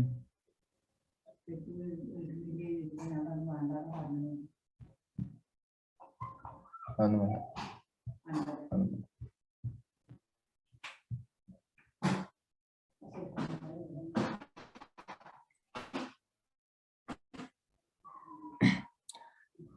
ഓക്കെ, എന്താ പറഞ്ഞ okay, condition as to quality or fitness എന്നാണ്, അതാണ് നമ്മൾ ഡിസ്കസ് ചെയ്തുകൊണ്ടിരിക്കുന്നത്. അപ്പൊ ഞാൻ കവി ടെംപ്റ്ററിന്റെ കേസിൽ ഒരു പോയിന്റ് പറഞ്ഞിട്ടുണ്ടായിരുന്നു, let the buyer B wire എന്നുള്ളത്. പക്ഷെ അത് അല്ലാത്തൊരു കേസ് ഉണ്ട് എന്ന് പറഞ്ഞിട്ട് ഒരു പോയിന്റ് പറഞ്ഞു. എപ്പോഴാ ബയറുടെ ആവശ്യം എന്താന്നുള്ളത് സെല്ലറിന്റെ അടുത്ത് പറഞ്ഞു. എന്നിട്ട് സെല്ലറിന്റെ സ്കില്ല് ജഡ്ജ്മെന്റിന് നമ്മൾ എന്ത് ചെയ്തു, വിശ്വസിച്ച് നിൽക്കുകയാണ്, റിലൈ ചെയ്ത് നിൽക്കുകയാണെന്നുണ്ടെങ്കിൽ എന്ന് പറഞ്ഞിട്ട്. അപ്പോ ആ ഒരു പോയിന്റ് തന്നെയാണ് ഇവിടെ മറ്റൊരു രീതിയിൽ പറയുന്നത്, കണ്ടീഷൻ ആയിട്ട് പറയുന്നത്, goods must be reasonable fit for a particular purpose. അതായത് ബയർ ഒരു പർപ്പസിന് വേണ്ടിയിട്ടാണ് വേണ്ടത് എന്ന് പറഞ്ഞു. ഞാൻ അന്ന് പറഞ്ഞ എക്സാമ്പിൾ എന്തായിരുന്നു? മീൻസ് ഇന്നലെ പറഞ്ഞ എക്സാമ്പിൾ മറ്റേ അതിനല്ല എക്സാമ്പിൾ പറഞ്ഞത്, ഈ റബ്ബർ ഷീറ്റ് അടിക്കുമ്പോൾ ആവശ്യമായിട്ടുള്ള ആസിഡ് അത് ഏതാണ് യൂസ് ചെയ്യേണ്ടത്, എങ്ങനെയാണ് യൂസ് ചെയ്യേണ്ടത് പറഞ്ഞുതരാൻ വേണ്ടി പറഞ്ഞിട്ടുള്ളത്. അതിനെയാണ് എന്ത് പറയുന്നത്, goods must be reasonable fit for a particular. അപ്പൊ ഞാൻ പർപ്പസ് എന്താണെന്നുള്ളത് പറഞ്ഞിട്ടുണ്ട്. അപ്പൊ എനിക്ക് അതിനെ കുറിച്ച് വലിയ ഐഡിയ ഇല്ല. അപ്പോൾ ഞാൻ സെല്ലറിന്റെ സ്കില്ലും ജഡ്ജ്മെന്റും ഒക്കെ വിശ്വസിച്ചിട്ട് നിൽക്കുകയാണെന്നുണ്ടെങ്കിൽ, അങ്ങനെയാണെന്നുണ്ടെങ്കിൽ സെല്ലർ ഇപ്പൊ പറയാണ് ഓക്കെ എനിക്ക് ഇതിനെ കുറിച്ച് അറിയില്ല എന്ന് സെല്ലറിന് പറഞ്ഞു കഴിഞ്ഞാൽ പിന്നെ സെല്ലറിന്റെ ഭാഗത്ത് എന്ത് വരില്ല, ഒരു ഇഷ്യൂ വരില്ല. പക്ഷെ സെല്ലർ പറയാണ്, സെല്ലർ ഇത് കൊല്ലങ്ങളായിട്ട് വിറ്റുകൊണ്ടിരിക്കുന്ന ഒരു ഇതാണ്, സെല്ലർ ഈ ബിസിനസ്സിലാണ്, സെല്ലറിന് ഇതിനെ കുറിച്ച് നല്ല അറിവുണ്ട് എന്ന് സെല്ലർ, അപ്പൊ ഞാൻ അങ്ങനെ അത് ബേസ് ചെയ്തിട്ട് തരാം എന്ന് പറഞ്ഞു കഴിഞ്ഞാൽ അവിടെ നമുക്കൊരു ഐഡിയ ഇല്ല. നമ്മൾ ആരിനെ വിശ്വസിച്ചിട്ടാണ് ഇത് വാങ്ങുന്നത്? സെല്ലറിനെ വിശ്വസിച്ചിട്ടാണ്. സപ്പോസ് ആ കണ്ടീഷൻ നമ്മൾ എന്തുദ്ദേശിച്ചാണോ അത് വാങ്ങുന്നത്, ആ ഒരു ഉദ്ദേശം സാറ്റിസ്ഫൈ ചെയ്തിട്ടില്ല എന്നുണ്ടെങ്കിൽ, നമ്മളുടെ മേജർ പർപ്പസ് വർക്ക് ചെയ്യുന്നില്ല എന്നുണ്ടെങ്കിൽ ആ കോൺട്രാക്ട് എന്ത് ചെയ്യാം, ടെർമിനേറ്റ് ചെയ്യാം എന്നുള്ളതാണ് പോയിന്റ്. അപ്പോൾ ഇവിടെ പറയുന്നത് goods must be reasonable fit for a particular purpose. ഒരു പർട്ടിക്കുലർ പർപ്പസിന് ഫിറ്റ് ആയിരിക്കണം, ഉപയോഗിക്കാൻ പറ്റുന്നതായിരിക്കണം. If the buyer has disclose the purpose for which goods are required. എന്ത് ആവശ്യത്തിനാണ് ഗുഡ്സ് വേണ്ടതെന്നുള്ളത് ബയർ ഡിസ്ക്ലോസ് ചെയ്തിട്ടുണ്ടാവണം. And relied upon the seller's skill or judgment. സെല്ലറിന്റെ സ്കില്ലും ജഡ്ജ്മെന്റും റിലൈ ചെയ്യണം, വിശ്വസിച്ചിട്ടുണ്ടാവണം. And seller's business is to sell such goods. സെല്ലറിന്റെ ബിസിനസ് എന്നാണ് ഇത്തരം ഗുഡ്സ് വിൽക്കുന്നതാണ്. സെല്ലറിന്റെ സ്കില്ലും ജഡ്ജ്മെന്റും വിശ്വസിച്ച് ബയർ എല്ലാം ഡിസ്ക്ലോസ് ചെയ്തു. Whether or not buyer has examine goods. Buyer അത് എക്സാമിൻ ചെയ്തിട്ടുണ്ടോ ഇല്ലെങ്കിൽ, ചിലപ്പോൾ അത് എക്സാമിൻ ചെയ്യാൻ അറിയാത്ത ബയർ ആണ് എന്ന്, അതുകൊണ്ടാണ് എല്ലാം സെല്ലറിന്റെ അടുത്ത് എടുത്തു തരാൻ പറഞ്ഞുള്ളത്. സോ അങ്ങനെയാണെന്നുണ്ടെങ്കിൽ ആ പറഞ്ഞിട്ടുള്ള പർപ്പസിന് ഫിറ്റ് ആവുന്ന കണ്ടീഷനിൽ ഉണ്ടാവണം എന്നുള്ളത് ഒരു ബേസിക് ആയിട്ടുള്ള ഒരു ഐഡിയ ആണ്. നമ്മൾ അങ്ങനെ തന്നെയല്ല വിശ്വസിക്കുന്നത്. നമ്മൾ നമ്മുടെ ആവശ്യം ഒരു കടക്കാരോട് പറഞ്ഞാൽ അതിനാവശ്യത്തിന് പറ്റുന്ന രീതിയിലുള്ള ഗുഡ്സ് തരിക എന്നുള്ളത്, അതായിരിക്കും നമുക്ക് തരിക എന്നുള്ളതാണ് നമ്മൾ വിശ്വസിക്കുക. ഇവിടെ ഒരു നോട്ട് പറയുന്നത് എന്താണ്? An implied condition as to quality or fitness does not apply. ഈ implied condition as to quality or description apply ആവില്ല. എപ്പോഴാണെങ്കിൽ അപ്ലൈ ആവില്ല? If the seller is a casual seller or not a dealer. അതായത് ഒരു casual seller ആണ് എന്ന് വെച്ചാൽ ആൾക്ക് ഈ വിൽക്കുന്നതിനെ കുറിച്ച് വലിയ ഐഡിയ ഒന്നും ഇല്ലാത്തൊരു സെല്ലർ ആണെന്നുണ്ടെങ്കിൽ, അപ്പോൾ ഇവിടെ ആളുടെ അടുത്ത് ഇതാണ് എന്റെ പർപ്പസ് എന്ന് പറഞ്ഞാൽ അപ്പൊ ആൾക്ക് എടുത്ത് തരവൊന്നും നടക്കില്ല. ആൾ പറയും എനിക്ക് ഇതിനെ കുറിച്ച് വലിയ ഐഡിയ ഒന്നും ഇല്ല എന്ന് പറയും. If buyer fails to disclose any abnormal circumstances, അതായത് ഇങ്ങനെ ഒരു ആവശ്യത്തിന് വേണ്ടിയിട്ടാണ്, എനിക്ക് ഇതിനെ കുറിച്ച് ഒരു ഐഡിയ ഇല്ല എന്നുള്ള കാര്യം ഡിസ്ക്ലോസ് ചെയ്തിട്ടില്ല, തുറന്ന് പറഞ്ഞാൽ വിട്ടുപോയിരുന്നെങ്കിൽ, അതിന്റെ ബാക്കിയാണ് buyer does not rely upon seller skill or judgement. അപ്പൊ സെല്ലറിന്റെ സ്കില്ലും ജഡ്ജ്മെന്റും അങ്ങനെയൊന്നും ആരും വിശ്വസിക്കുന്നില്ല, അതിനെ ബേസ് ചെയ്യുന്നില്ല, ബയർ ബേസ് ചെയ്യുന്നില്ലെങ്കിൽ, if buyer bias A specified article under his patent or other name. അപ്പോ ഈ പറയുന്ന മൂന്ന് എന്താണ്? സെല്ലറിന് ഇതിനെ കുറിച്ച് പ്രത്യേകിച്ച് ഐഡിയ ഇല്ല, സെല്ലർ ഡിസ്ക്ലോസ് ചെയ്യാൻ മറന്നുപോയി, സെല്ലറുടെ സ്കില്ലും ജഡ്ജ്മെന്റ് ഒന്നും ബയർ വിശ്വസിച്ചിട്ടില്ല എന്നുണ്ടെങ്കിൽ പിന്നെ ബയറുടെ ഭാഗത്തൊന്നും വരില്ല, ലയബിലിറ്റി ഒന്നും വരില്ല. കണ്ടീഷൻ ഇതാണെന്നുള്ളത്. നാലാമത്തെ പോയിന്റ് ആണ് if buyer bias A specified article under it's patent or other trade. നമ്മൾ പോയിട്ട് ഒരു കടയിൽ നിന്നും എന്ത് വാങ്ങാണ്? സെൻസോഡൈൻ എന്നുള്ള ഒരു ടൂത്ത് പേസ്റ്റ് വാങ്ങുകയാണ്, അല്ലെങ്കിൽ കോൾഗേറ്റ് എന്നുള്ളൊരു ടൂത്ത് പേസ്റ്റ്, അല്ലെങ്കിൽ ക്ലോസപ്പ് എന്നുള്ള ഒരു ടൂത്ത് പേസ്റ്റ് വാങ്ങുകയാണ്. അപ്പൊ അതിലൊരു ഇതാണ്, ഇത് തേച്ച് കഴിഞ്ഞാൽ ഉടനെ തന്നെ പല്ല് ഭയങ്കരമായിട്ട് ക്ലീൻ ആവും അങ്ങനെയൊക്കെ പറഞ്ഞിട്ട്. നമ്മൾ എന്തിന്റെ ബേസിസിലാണ് ആ ഒരു പ്രൊഡക്റ്റ് വാങ്ങിയിട്ടുള്ളത്? ആ കമ്പനിയുടെ പേരിന്റെ ബേസിസിലാണ്. ആ കമ്പനിയുടെ പേരിൽ അല്ലെങ്കിൽ ആ പ്രൊഡക്റ്റിന്റെ പേര് ബേസിസാണ്.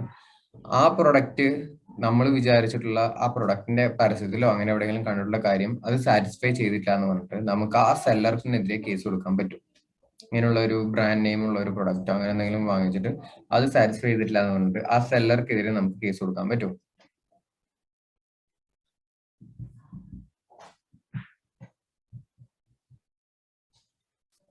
കേസ് കൊടുക്കാൻ പറ്റുമോ?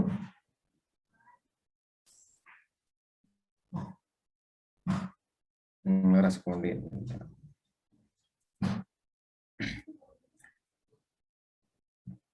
പറ്റുന്നോ? ആ സെല്ലർക്കെതിരെ എന്ത് പറഞ്ഞിട്ടാ നിങ്ങൾ കേസ് കൊടുക്കുക? ഇപ്പൊ ഞാൻ പറയുന്നു ആ ഗുഡ്സ് ഡേറ്റ് കഴിഞ്ഞു, അങ്ങനെ എന്തെങ്കിലും പ്രശ്നമാണെന്നുണ്ടെങ്കിൽ ആ സെല്ലർക്കെതിരെ കേസ് കൊടുക്കാം. എന്ത് പറഞ്ഞിട്ട്? ഡേറ്റ് കഴിഞ്ഞുള്ള ഒരു പ്രൊഡക്റ്റ് അങ്ങനെ എന്തെങ്കിലും വിറ്റു എന്ന് പറഞ്ഞിട്ട്. നിങ്ങളൊരു ബ്രാൻഡഡ് ഒരു പ്രൊഡക്റ്റ് വാങ്ങുന്നത് ആ സെല്ലറിന് അതുമായിട്ട് ഒരു ബന്ധമില്ല. ആളെന്ത് ചെയ്യുന്നു? ജസ്റ്റ് അതിന് വിൽക്കുന്നു എന്നുള്ള മാത്രം ഒരു കാര്യമുള്ളൂ. അല്ലാതെ അതിനെ കുറിച്ച് വലിയ അങ്ങനെ ഈ സാധനം ഉപയോഗിച്ചാൽ ഇതൊക്കെ സംഭവിക്കുന്നുള്ളത് ആ സെല്ലർ നിങ്ങളോട് പറയുന്നില്ല. ഒരു കടക്കാരൻ അങ്ങനെ നിങ്ങളോട് പറയില്ല. അവരതിന്റെ പരസ്യം എന്നുള്ളത് ഇപ്പോൾ ഉണ്ട്. അത് പറയുന്നത് സെല്ലർക്കെതിരെ പറ്റില്ല. ഞാൻ പറഞ്ഞു കേസ് കൊടുക്കാൻ പറ്റും, അത് ഞാൻ പറയുന്നില്ല. ആ സെല്ലർക്കെതിരെ കൊടുക്കാൻ പറ്റും എന്നുള്ളതാണ് ഞാൻ ചോദിക്കുന്നത്. ആ സെല്ലർക്കെതിരെ എന്ത് ചെയ്യാൻ പറ്റില്ല? കേസ് കൊടുക്കാൻ പറ്റില്ല. അത് നമ്മൾ ആ ഒരു പേറ്റന്റ് അല്ലെങ്കിൽ ആ ഒരു ട്രേഡ് നെയിമിനെ അല്ലെങ്കിൽ ആ ഒരു ബ്രാൻഡ് നെയിമിനെ വിശ്വസിച്ചിട്ടുള്ളതാണ്. ആ ബ്രാൻഡോ അങ്ങനെ അത് വേണമെങ്കിൽ എന്ത് ചെയ്യാം? കേസ് കൊടുക്കും. അവിടെ പറയുന്നത് എന്താ വെച്ചാൽ, അത്തരം സിറ്റുവേഷനിൽ ആ കണ്ടീഷൻ സാറ്റിസ്ഫൈ ചെയ്തിട്ടില്ല എന്ന് പറഞ്ഞിട്ട് കോൺട്രാക്ട് കമ്പനിക്കെതിരെ പറ്റും. അത് ഓക്കെ. അത്തരം സിറ്റുവേഷനിൽ കണ്ടീഷൻ സാറ്റിസ്ഫൈ ചെയ്തില്ല എന്നുകൊണ്ട് കോൺട്രാക്ട് ക്യാൻസൽ ചെയ്യാൻ പറ്റില്ല. ഈ സെല്ലറായിട്ടുള്ള സെയിൽ നടക്കില്ല എന്ന് പറയാൻ പറ്റില്ല. കാരണം സെല്ലർക്ക് ആ ഗുഡ്സ് ആയിട്ട് പ്രത്യേകിച്ച് ബന്ധമൊന്നും ഇല്ല എന്നുണ്ട്. അതാണ് കണ്ടീഷൻ ആസ് ടു ക്വാളിറ്റി. ആണ് ആവശ്യം എന്നുള്ളത് പറഞ്ഞിട്ടുണ്ടെന്നുണ്ടെങ്കിൽ ആ പറഞ്ഞ ആവശ്യത്തിനുള്ള ഗുഡ്സ് കൊടുക്കുക എന്നുള്ളത് സെല്ലറുടെ ഡ്യൂട്ടിയാണ്. പക്ഷെ സെല്ലർ ഒന്നും പറഞ്ഞിട്ടില്ല, അല്ലെങ്കിൽ സെല്ലറിന് അതിനെ കുറിച്ച് വലിയ ബോധമില്ല, അതൊരു ബ്രാൻഡഡ് പ്രൊഡക്റ്റ് ആണ്, അങ്ങനെയൊക്കെയാണെന്നുണ്ടെങ്കിൽ അതെന്ത് ചെയ്യില്ല? അപ്ലൈ ചെയ്യില്ല എന്നുള്ളതാണ് പോയിന്റ്. അതാണ് condition as to quality or fitness. അതൊന്ന് വായിച്ച് നോക്കിയാൽ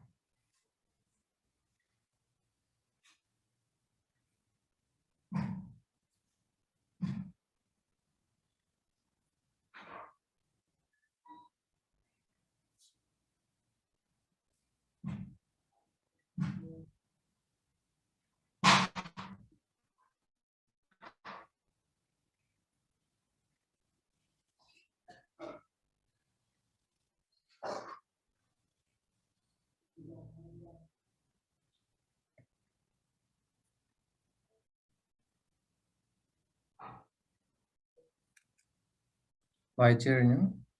condition as to quality or fitness.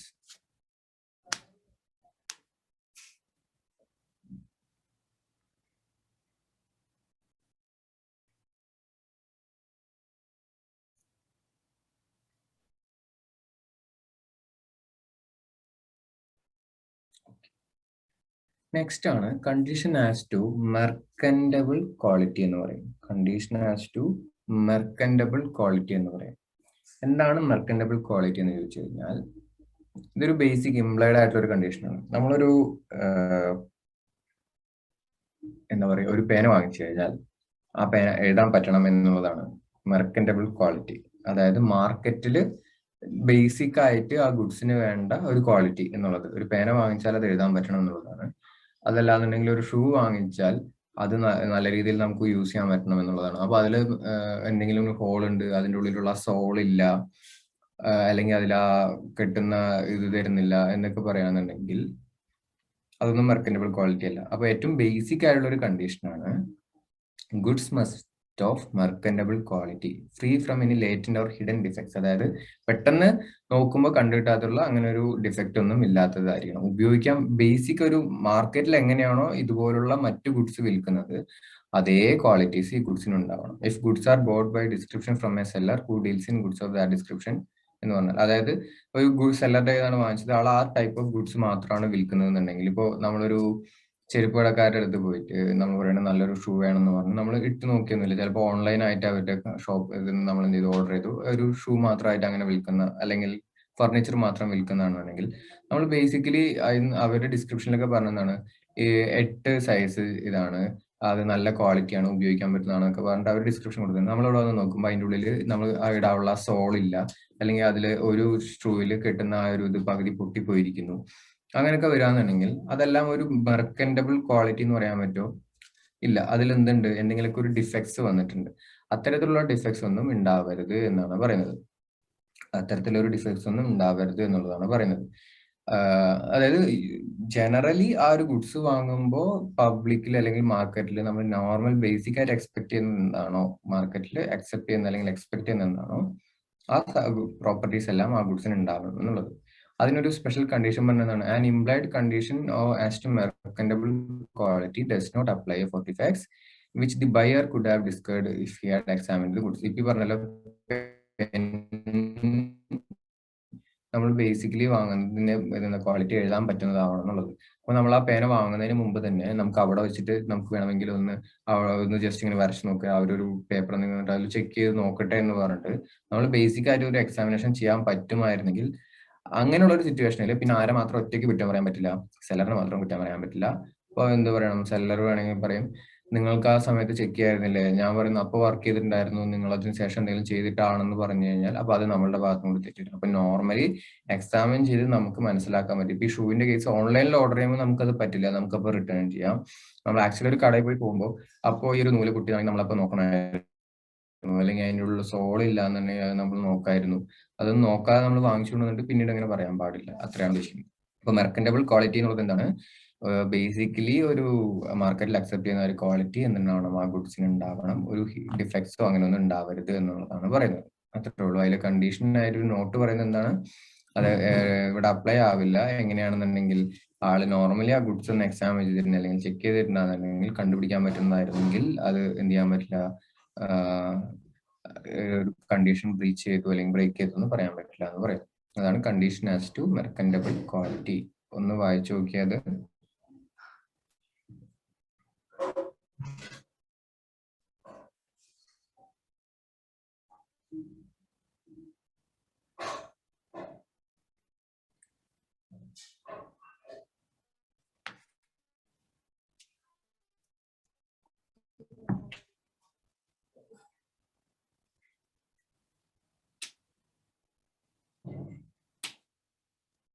Condition as to merchantable quality എന്ന് വായിച്ചു നോക്കിയേ.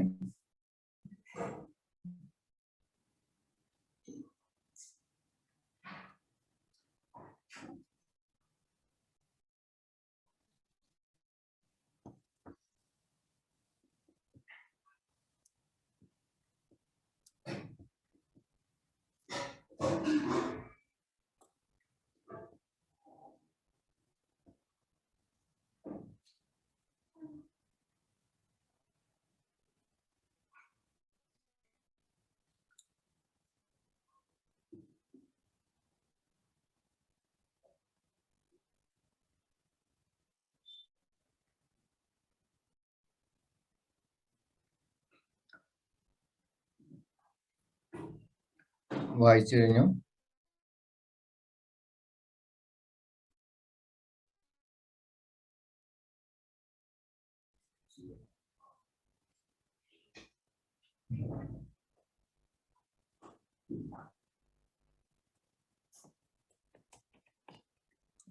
ഗുഡ്. ലാസ്റ്റ് പോയിന്റ് ആണ് കണ്ടീഷൻ ആസ് ടു ഹോൾസ്.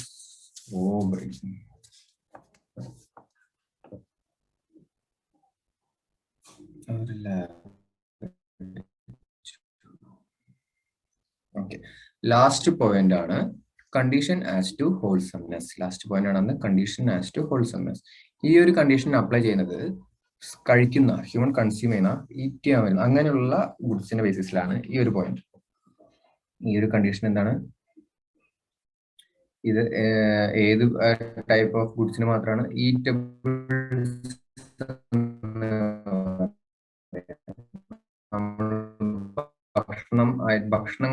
ഭക്ഷണ പദാർത്ഥങ്ങൾക്ക് വേണ്ടിയിട്ടുള്ള ഒരു കണ്ടീഷനാണ് കണ്ടീഷൻ ആസ് ടു ഹോൾസംനെസ് എന്ന് പറയുന്നത്. ഈ ഹോൾസംനെസ് എന്ന് പറഞ്ഞാൽ ഉദ്ദേശിക്കുന്നത്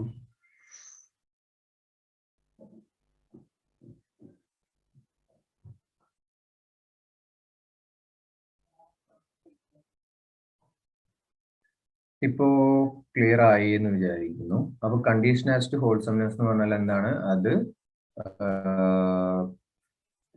ഈറ്റബിൾസ്, അതായത് ഭക്ഷണ പദാർത്ഥങ്ങൾക്ക് വേണ്ടിയിട്ടുള്ള ഒരു കണ്ടീഷനാണ്. ചെയ്തിട്ട് എന്താണ് ഹോൾസംനെസ് എന്ന് പറഞ്ഞാൽ ഉദ്ദേശിക്കുന്നത്? Fit for human consumption. അപ്പോ ഈ ഇവിടെ എന്താണ് ബേസിക്കലി പറയുന്നത് വെച്ച് കഴിഞ്ഞാൽ, ഇപ്പോ ക്വാളിറ്റി ഉണ്ടാവണം, നമ്മൾ മുകളിൽ പറഞ്ഞ ക്വാളിറ്റി ഉണ്ടാവണം, ഫിറ്റ്നസ് ഉണ്ടാവണം, മെർക്കൻറ്റബിൾ ക്വാളിറ്റി ഉണ്ടാവണം, ഡിസ്ക്രിപ്ഷൻ ആണെങ്കിൽ മുകളിൽ പറഞ്ഞ കണ്ടീഷൻ ഒക്കെ ഉണ്ടാവണം. പ്ലസ് അതൊരു ഭക്ഷണ പദാർത്ഥമാണെന്നുണ്ടെങ്കിൽ അത്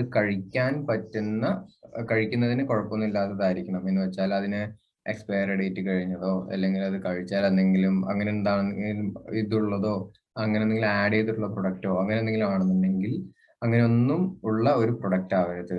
ഹ്യൂമൻസിന് ഒരു പ്രശ്നമില്ലാതെ കഴിക്കാൻ പറ്റുന്ന ഫിറ്റ് ഫോർ ഹ്യൂമൻ കൺസംഷൻ അത്തരത്തിലുള്ള ഗുഡ്സ് ആയിരിക്കണം.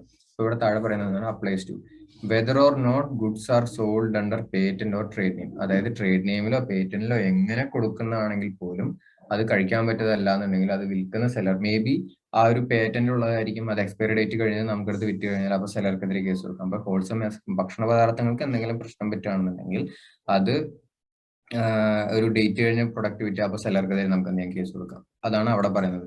Whether or not buyer relies on skill or judgement of the seller. അതായത് ഒരു ഭക്ഷണ പദാർത്ഥം വാങ്ങുമ്പോൾ സെല്ലറുടെ സ്കിൽ ഓർ ജഡ്ജ്മെന്റ് നമ്മൾ അപ്ലൈ ചെയ്യുന്നുണ്ടോ ഇല്ലയോ എന്നത് അവിടെ നോക്കില്ല. കാരണം എന്തായാലും അൾട്ടിമേറ്റ്ലി നമുക്ക് എന്ത് ചെയ്യണം, ആ ഭക്ഷണം നമുക്ക് യൂസ് ചെയ്യാൻ പറ്റുന്നതായിരിക്കണം. അല്ലാതെ ഡേറ്റ് കഴിഞ്ഞതോ അല്ലാന്നുണ്ടെങ്കിൽ ഇതിന് ഇത്ര ദിവസം, അതായത് പെട്ടെന്ന് ഉപയോഗിക്കാൻ കഴിഞ്ഞിട്ട് അത് അങ്ങനെ വെച്ച് കഴിഞ്ഞാൽ അത് കഴിഞ്ഞിട്ട് അത് വിറ്റ് കഴിഞ്ഞാൽ അതെന്താണ്, തെറ്റാണ്. ആ യൂസ് ചെയ്യാൻ പാടില്ല 3 ദിവസം കഴിഞ്ഞാൽ എന്നുള്ള പോയിന്റ് പോലെ. സോ അത്തരത്തിൽ അങ്ങനെ ഒരു എക്സ്പയറി ഡേറ്റോ അങ്ങനെയൊക്കെ ഉള്ള ഒരു ഗുഡ്സ് ആണെന്നുണ്ടെങ്കിൽ അത് എസ്പെഷ്യലി ആരെടുത്ത് പറയണം? ഇപ്പോൾ ഒരു സെല്ലറുടെ അടുത്ത് പറയണം. അതായത് ഇന്നാണ് അതിന്റെ ഡേറ്റ് കഴിയാൻ യൂസ് ചെയ്യണം, എന്നിട്ട് നിങ്ങൾ ഓക്കെ ആണെങ്കിൽ കൊണ്ടുപോയാൽ എന്നൊക്കെ ഓപ്പൺ ആയിട്ട് പറയണം. അതല്ലാതെ മിണ്ടാതിരുന്ന് അല്ലെങ്കിൽ ഇരുന്ന് കഴിഞ്ഞാൽ അത് ആർക്ക് ഇത് വരും? സെല്ലർക്കും ആ വിൽക്കുന്ന സെല്ലർക്ക് പോലും പ്രശ്നം വരും. അത് ആ മെർക്കൻറ്റബിൾ ക്വാളിറ്റി അല്ലാതായി കഴിഞ്ഞാൽ എന്നുള്ളതാണ് പോയിന്റ്, അല്ലെങ്കിൽ ആ ക്വാളിറ്റി ഇല്ലാതായി കഴിഞ്ഞാൽ എന്നുള്ള പോയിന്റ്. അപ്പോൾ കണ്ടീഷൻ ആസ് ടു ഹോൾസംനെസ് എന്ന് പറഞ്ഞാൽ ഏറ്റവും സിമ്പിൾ പോയിന്റ് ആണ് fit for human consumption. Human consume ചെയ്യാൻ പറ്റുന്നതിന് ഫിറ്റ് ആയിട്ടുള്ള ഗുഡ്സ് ആയിരിക്കണം എന്നുള്ളതാണ് ഏറ്റവും ബേസിക് ആയിട്ടുള്ള പോയിന്റ് പറയുന്നത്. സോ അതും കൂടി ഒന്ന് വായിച്ചു നോക്കിയാൽ അതോടുകൂടി എന്ത് കഴിഞ്ഞു? നമ്മളുടെ ഇംപ്ലൈഡ് കണ്ടീഷൻസ് എന്നുള്ള ഒരു ടോപ്പിക് കഴിഞ്ഞു. 6 പോയിന്റ് നമ്മൾ ഡിസ്കസ് ചെയ്തു. അതോടുകൂടി എന്ത് കഴിഞ്ഞു? ഇംപ്ലൈഡ് കണ്ടീഷൻസ് എന്നുള്ള ടോപ്പിക്കും കഴിഞ്ഞു.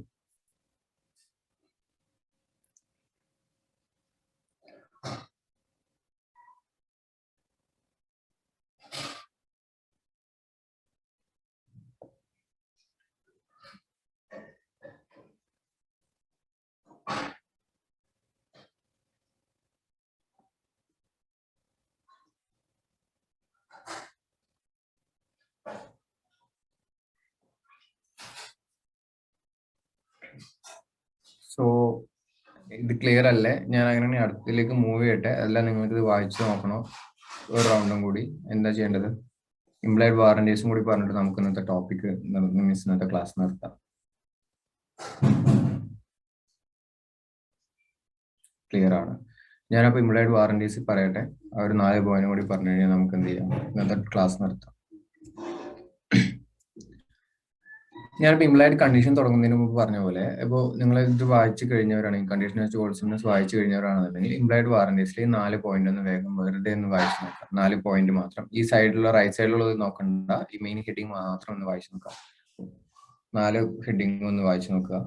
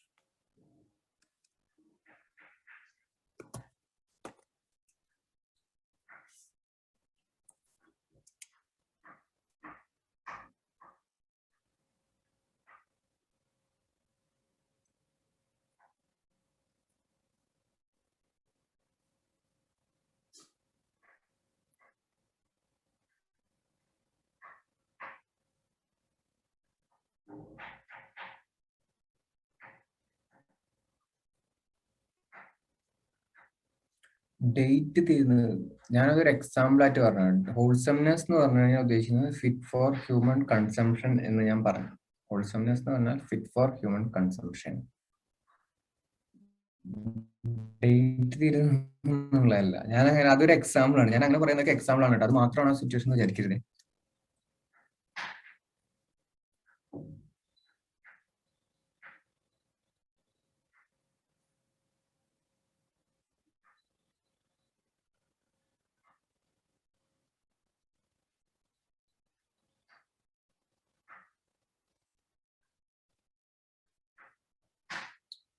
സോ അത് വായിച്ചു കഴിഞ്ഞാൽ ആ ഒരു ഹെഡിങ് എല്ലാവരും ഒന്ന് വായിച്ചു നോക്കുക.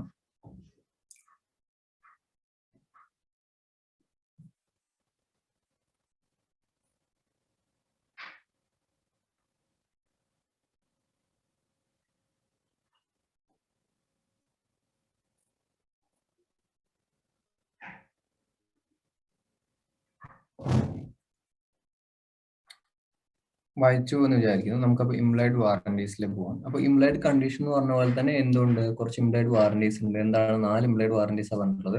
Warranty of quiet possession, warranty of free from encumbrances. Encumbrances എന്ന് പറഞ്ഞു കഴിഞ്ഞാൽ ആലോചിക്കുക, ലോൺ അങ്ങനെയുള്ള ബേർഡൻസ് എന്നുള്ളത് വേണമെങ്കിൽ ആലോചിച്ചു. വാറന്റി ഓഫ് എൻകംബ്രൻസസ് എന്ന് പറഞ്ഞാൽ ആലോചിക്കുക, ലോൺ, ബേർഡൻ അങ്ങനെ എന്തെങ്കിലുമൊക്കെ ഒരു മീനിങ് വേണമെങ്കിൽ ആലോചിച്ചു.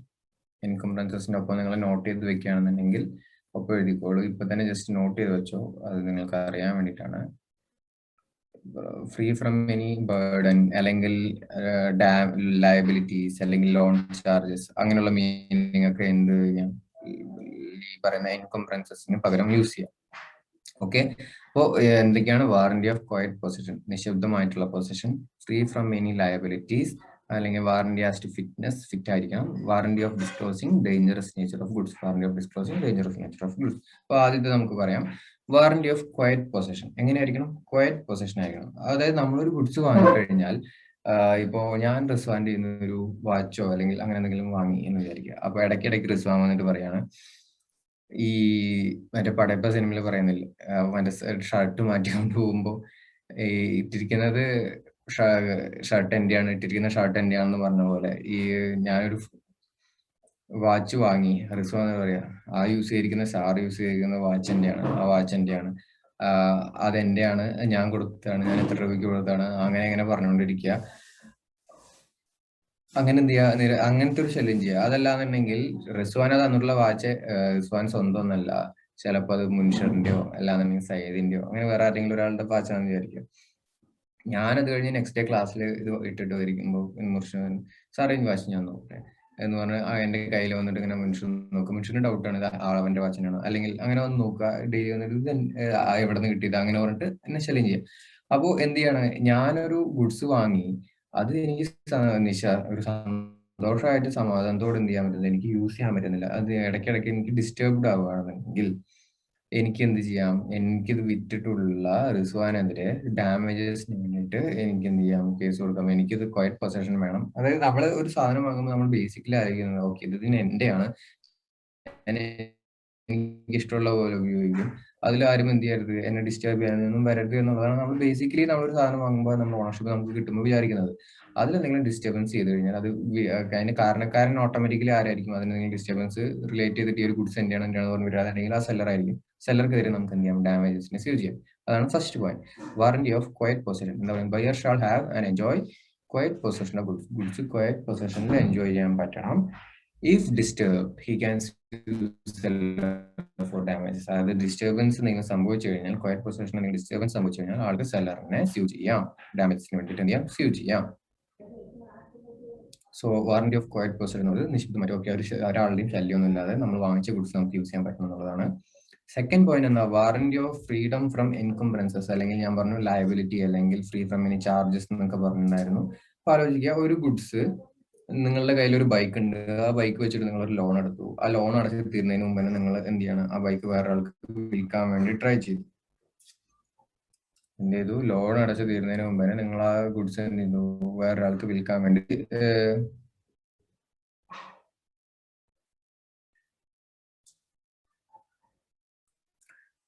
വേറൊരാൾക്കടുത്ത് വിറ്റു. അപ്പോ ഈ ലോൺ എടുത്ത് കൊടുത്തിട്ടുള്ളത് ഈ വണ്ടി എടുത്തപ്പോൾ തന്നെയുള്ള ലോൺ ആണെന്നുണ്ടെങ്കിൽ നമ്മളുടെ RC ബുക്ക് എന്ത് ചെയ്യും, നമ്മുടെ കയ്യിലുണ്ടാവും. നമ്മൾ RC ബുക്ക് വെച്ചിട്ട് നമ്മൾ എന്ത് ചെയ്തു, വണ്ടി വിറ്റു എന്ന് വിചാരിക്കുക. അങ്ങനെ വിൽക്കാൻ പാടോ, ഇങ്ങനെ ഒരു ഇതുണ്ടെന്നുണ്ടെങ്കിൽ? അങ്ങനെ വിൽക്കുകയാണെന്നുണ്ടെങ്കിൽ ഞാൻ എന്ത് പറയണമായിരുന്നു? ഇപ്പോ ഞാനാണ് വണ്ടി വിൽക്കുന്നുണ്ടെങ്കിൽ, ഇതിപ്പോ വാങ്ങുന്നത് മുൻഷറാണ് എന്നുണ്ടെങ്കിൽ ഞാൻ എന്ത് പറയണമെങ്കിൽ, ഇതിൽ ഇത്ര ലോണും കൂടി ബാക്കിയുണ്ട് എന്ന് ഞാൻ പറയണമായിരുന്നു.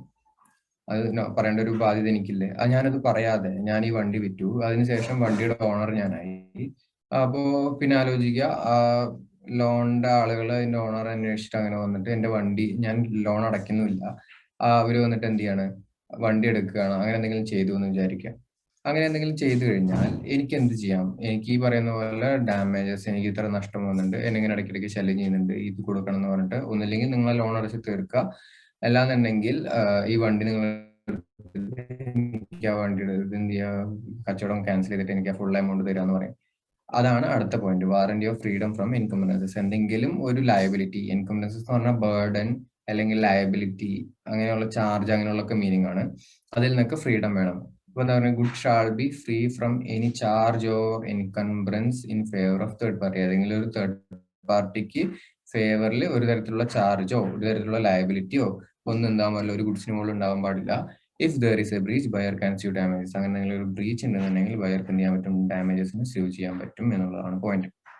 എന്താ പറയുന്നത്, നമ്മളൊരു സാധനം വാങ്ങിച്ചാൽ അത് നമ്മളുടേതായിരിക്കണം, അല്ലാന്നുണ്ടെങ്കിൽ നമ്മളോട് മെൻഷൻ ചെയ്യണം. അപ്പൊ സംടൈംസ് അങ്ങനെയും സെയിൽ നടക്കും. അതായത് ഫുൾ ഈ ഒരു പീരീഡ് കഴിഞ്ഞിട്ടുണ്ടാവില്ല, ലോൺ പീരീഡ് കഴിയുന്നതിന് മുമ്പ് തന്നെ വിറ്റിട്ട്, അപ്പോ ആ ബയ്യർ, വിൽക്കുന്ന ആൾക്ക് നമ്മൾ എത്ര കൊടുക്കുള്ളൂ, ചെറിയൊരു തുക കൊടുക്കുള്ളൂ. കാരണം ബാക്കി നമ്മൾ എന്ത് ചെയ്യും, ലോണായിട്ട് അടച്ചു തീർക്കുന്നുണ്ടെന്നുണ്ടെങ്കിൽ, EMI ആയിട്ട് അടയ്ക്കുന്നുണ്ടെങ്കിൽ, അങ്ങനെ നമ്മൾ വിൽക്കുന്ന സിറ്റുവേഷൻസ് ഉണ്ട്. അതില്ല എന്നല്ല പറയുന്നത്. ബട്ട് എന്ത് ചെയ്യണം, അത് ഇൻഫോം ചെയ്തിട്ട് അതും കൂടി ചേർത്തിട്ടായിരിക്കണം ഈ സെയിൽ അക്സെപ്റ്റ് ചെയ്തിരുന്നുണ്ടെങ്കിൽ ഓക്കെ. അത് പറയാതെ അത് മറച്ചു വെക്കരുത് എന്നുള്ളതാണ് ഇവിടെ പോയിന്റ് ആയിട്ട് ഉദ്ദേശിക്കുന്നത്. ഓക്കെ, അത് മറച്ചു വെക്കരുത് എന്നുള്ളതാണ് ഇവിടെ പോയിന്റ് ആയിട്ട് ഉദ്ദേശിക്കുന്നത്. അതാണ് second point, warranty of freedom from encumbrances. Third point ആണ് warranty as to fitness. Third point എന്താണ്, വാറന്റി ആസ് ടു ഫിറ്റ്നസ്. ഇവിടെ എന്താണ് ഫിറ്റ്നസ് എന്ന് പറയുന്നത്? Good must have quality of fitness for a particular purpose for it is use. അതായത് അതിന് basically വേണ്ടിയിട്ടുള്ള, ഇവിടെ ഇംപ്ലൈഡ് കണ്ടീഷനിലും ഇതേ പോയിന്റ് പറയുന്നുണ്ട്, വാറന്റിയിലും ഇതേ പോയിന്റ് പറയുന്നുണ്ട്. അതായത് അപ്പൊ രണ്ടിലും ഇതിങ്ങനെ പറയേണ്ട ആവശ്യം എന്താണ്? രണ്ടിലും ഇതിങ്ങനെ എടുത്ത് പറയേണ്ട ആവശ്യം എന്താണ്?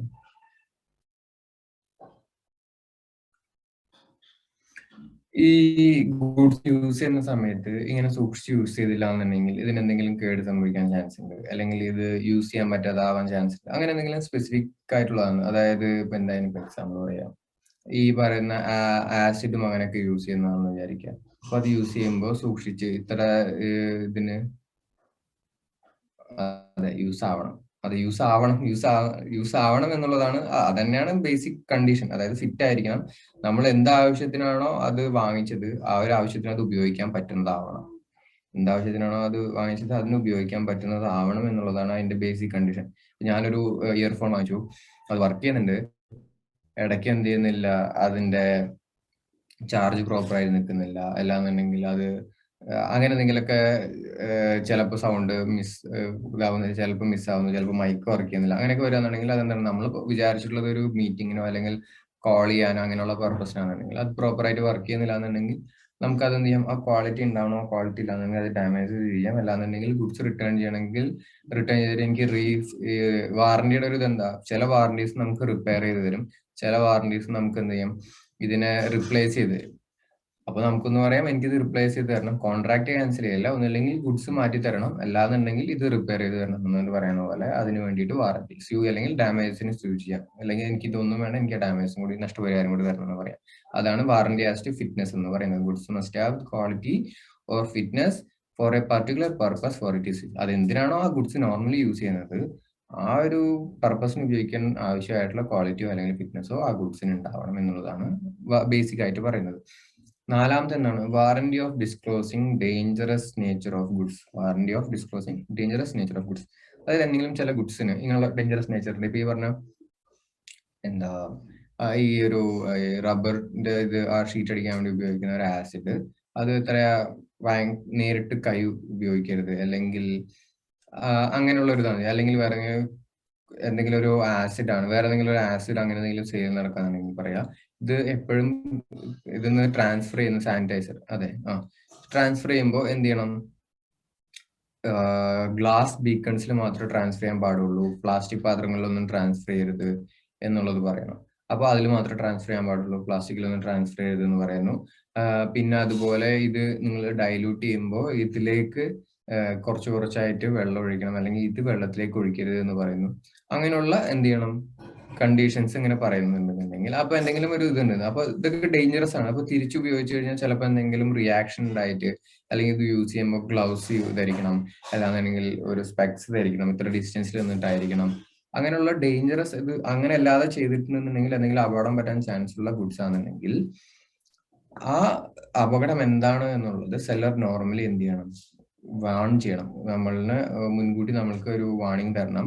അങ്ങനെ തരാതെ നമുക്ക് എന്തെങ്കിലും ഒരു ഇഞ്ചുറി സംഭവിച്ചു, നമുക്ക് അതിനെ കുറിച്ച് അറിയാത്തതുകൊണ്ട് നമുക്ക് എന്തെങ്കിലും ഒരു ഇഞ്ചുറി സംഭവിച്ചിട്ടുണ്ടെന്നുണ്ടെങ്കിൽ അതിന് നമുക്ക് എന്ത് ചെയ്യാം, സെല്ലറിനെ സ്യൂ ചെയ്യാം, സെല്ലർക്കെതിരെ എന്ത് ചെയ്യാൻ പറ്റും, സ്യൂ ചെയ്യാൻ പറ്റും. അതാണ് അവിടെ പറയുന്നത്, if the goods sold are of dangerous nature, dangerous നേച്ചറിലുള്ള ഗുഡ്സ് ആണ് വിൽക്കുന്നത് എന്നുണ്ടെങ്കിൽ seller must warn the buyer of the danger. Seller എന്ത് ചെയ്യണം, ബയറിന് അതിന്റെ ഡേഞ്ചറിനെ സംബന്ധിച്ച് വാണിംഗ് കൊടുക്കണം. If there is a breach എന്ന് വെച്ചാൽ അങ്ങനെ വാണിംഗ് കൊടുത്തിട്ടില്ല എന്നുണ്ടെങ്കിൽ buyer can claim compensation for injuries caused to him. അങ്ങനെ എന്തെങ്കിലും ഒരു ഇഞ്ചുറീസ് ഉണ്ടായിരുന്നുണ്ടെങ്കിൽ അതിനെന്ത് ചെയ്യാൻ പറ്റും, കോമ്പൻസേഷൻ ക്ലെയിം ചെയ്യാൻ പറ്റും. ഇതാണ് ഇംപ്ലൈഡ് വാറന്റീസിൽ 4 പോയിന്റ് മൊത്തത്തിൽ പറയുന്നത്. സോ ഇംപ്ലൈഡ് കണ്ടീഷൻ പറഞ്ഞു, വാറന്റി പറഞ്ഞു, ഇംപ്ലൈഡ് കണ്ടീഷൻ പറഞ്ഞു, ഇംപ്ലൈഡ് വാറന്റി പറഞ്ഞു. സോ ഇത്രയും എല്ലാവർക്കും ക്ലിയർ ആണ് എന്ന് വിചാരിക്കുന്നു.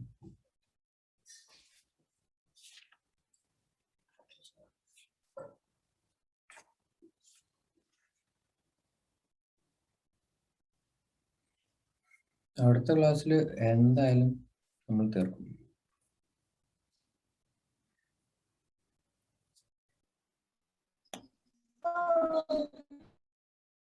എന്താ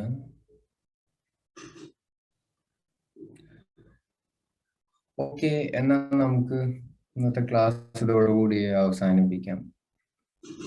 ഇതുവരെ എടുത്ത് എന്തായാലും എന്ത് ചെയ്യുക, ഒന്ന് വായിച്ചു നോക്കുക ടെക്സ്റ്റ് ബുക്കിലും, എന്നിട്ട് നിങ്ങളുടേതായിട്ടുള്ള നോട്ട്സിൽ എന്തെങ്കിലും ചേഞ്ച് വരുത്തണോ, അത് നല്ലൊരു നോട്ട് നിങ്ങളായിട്ട് തന്നെ ഉണ്ടാക്കാൻ ട്രൈ ചെയ്യുക. Okay, have a nice Sunday. Bye. Thank U.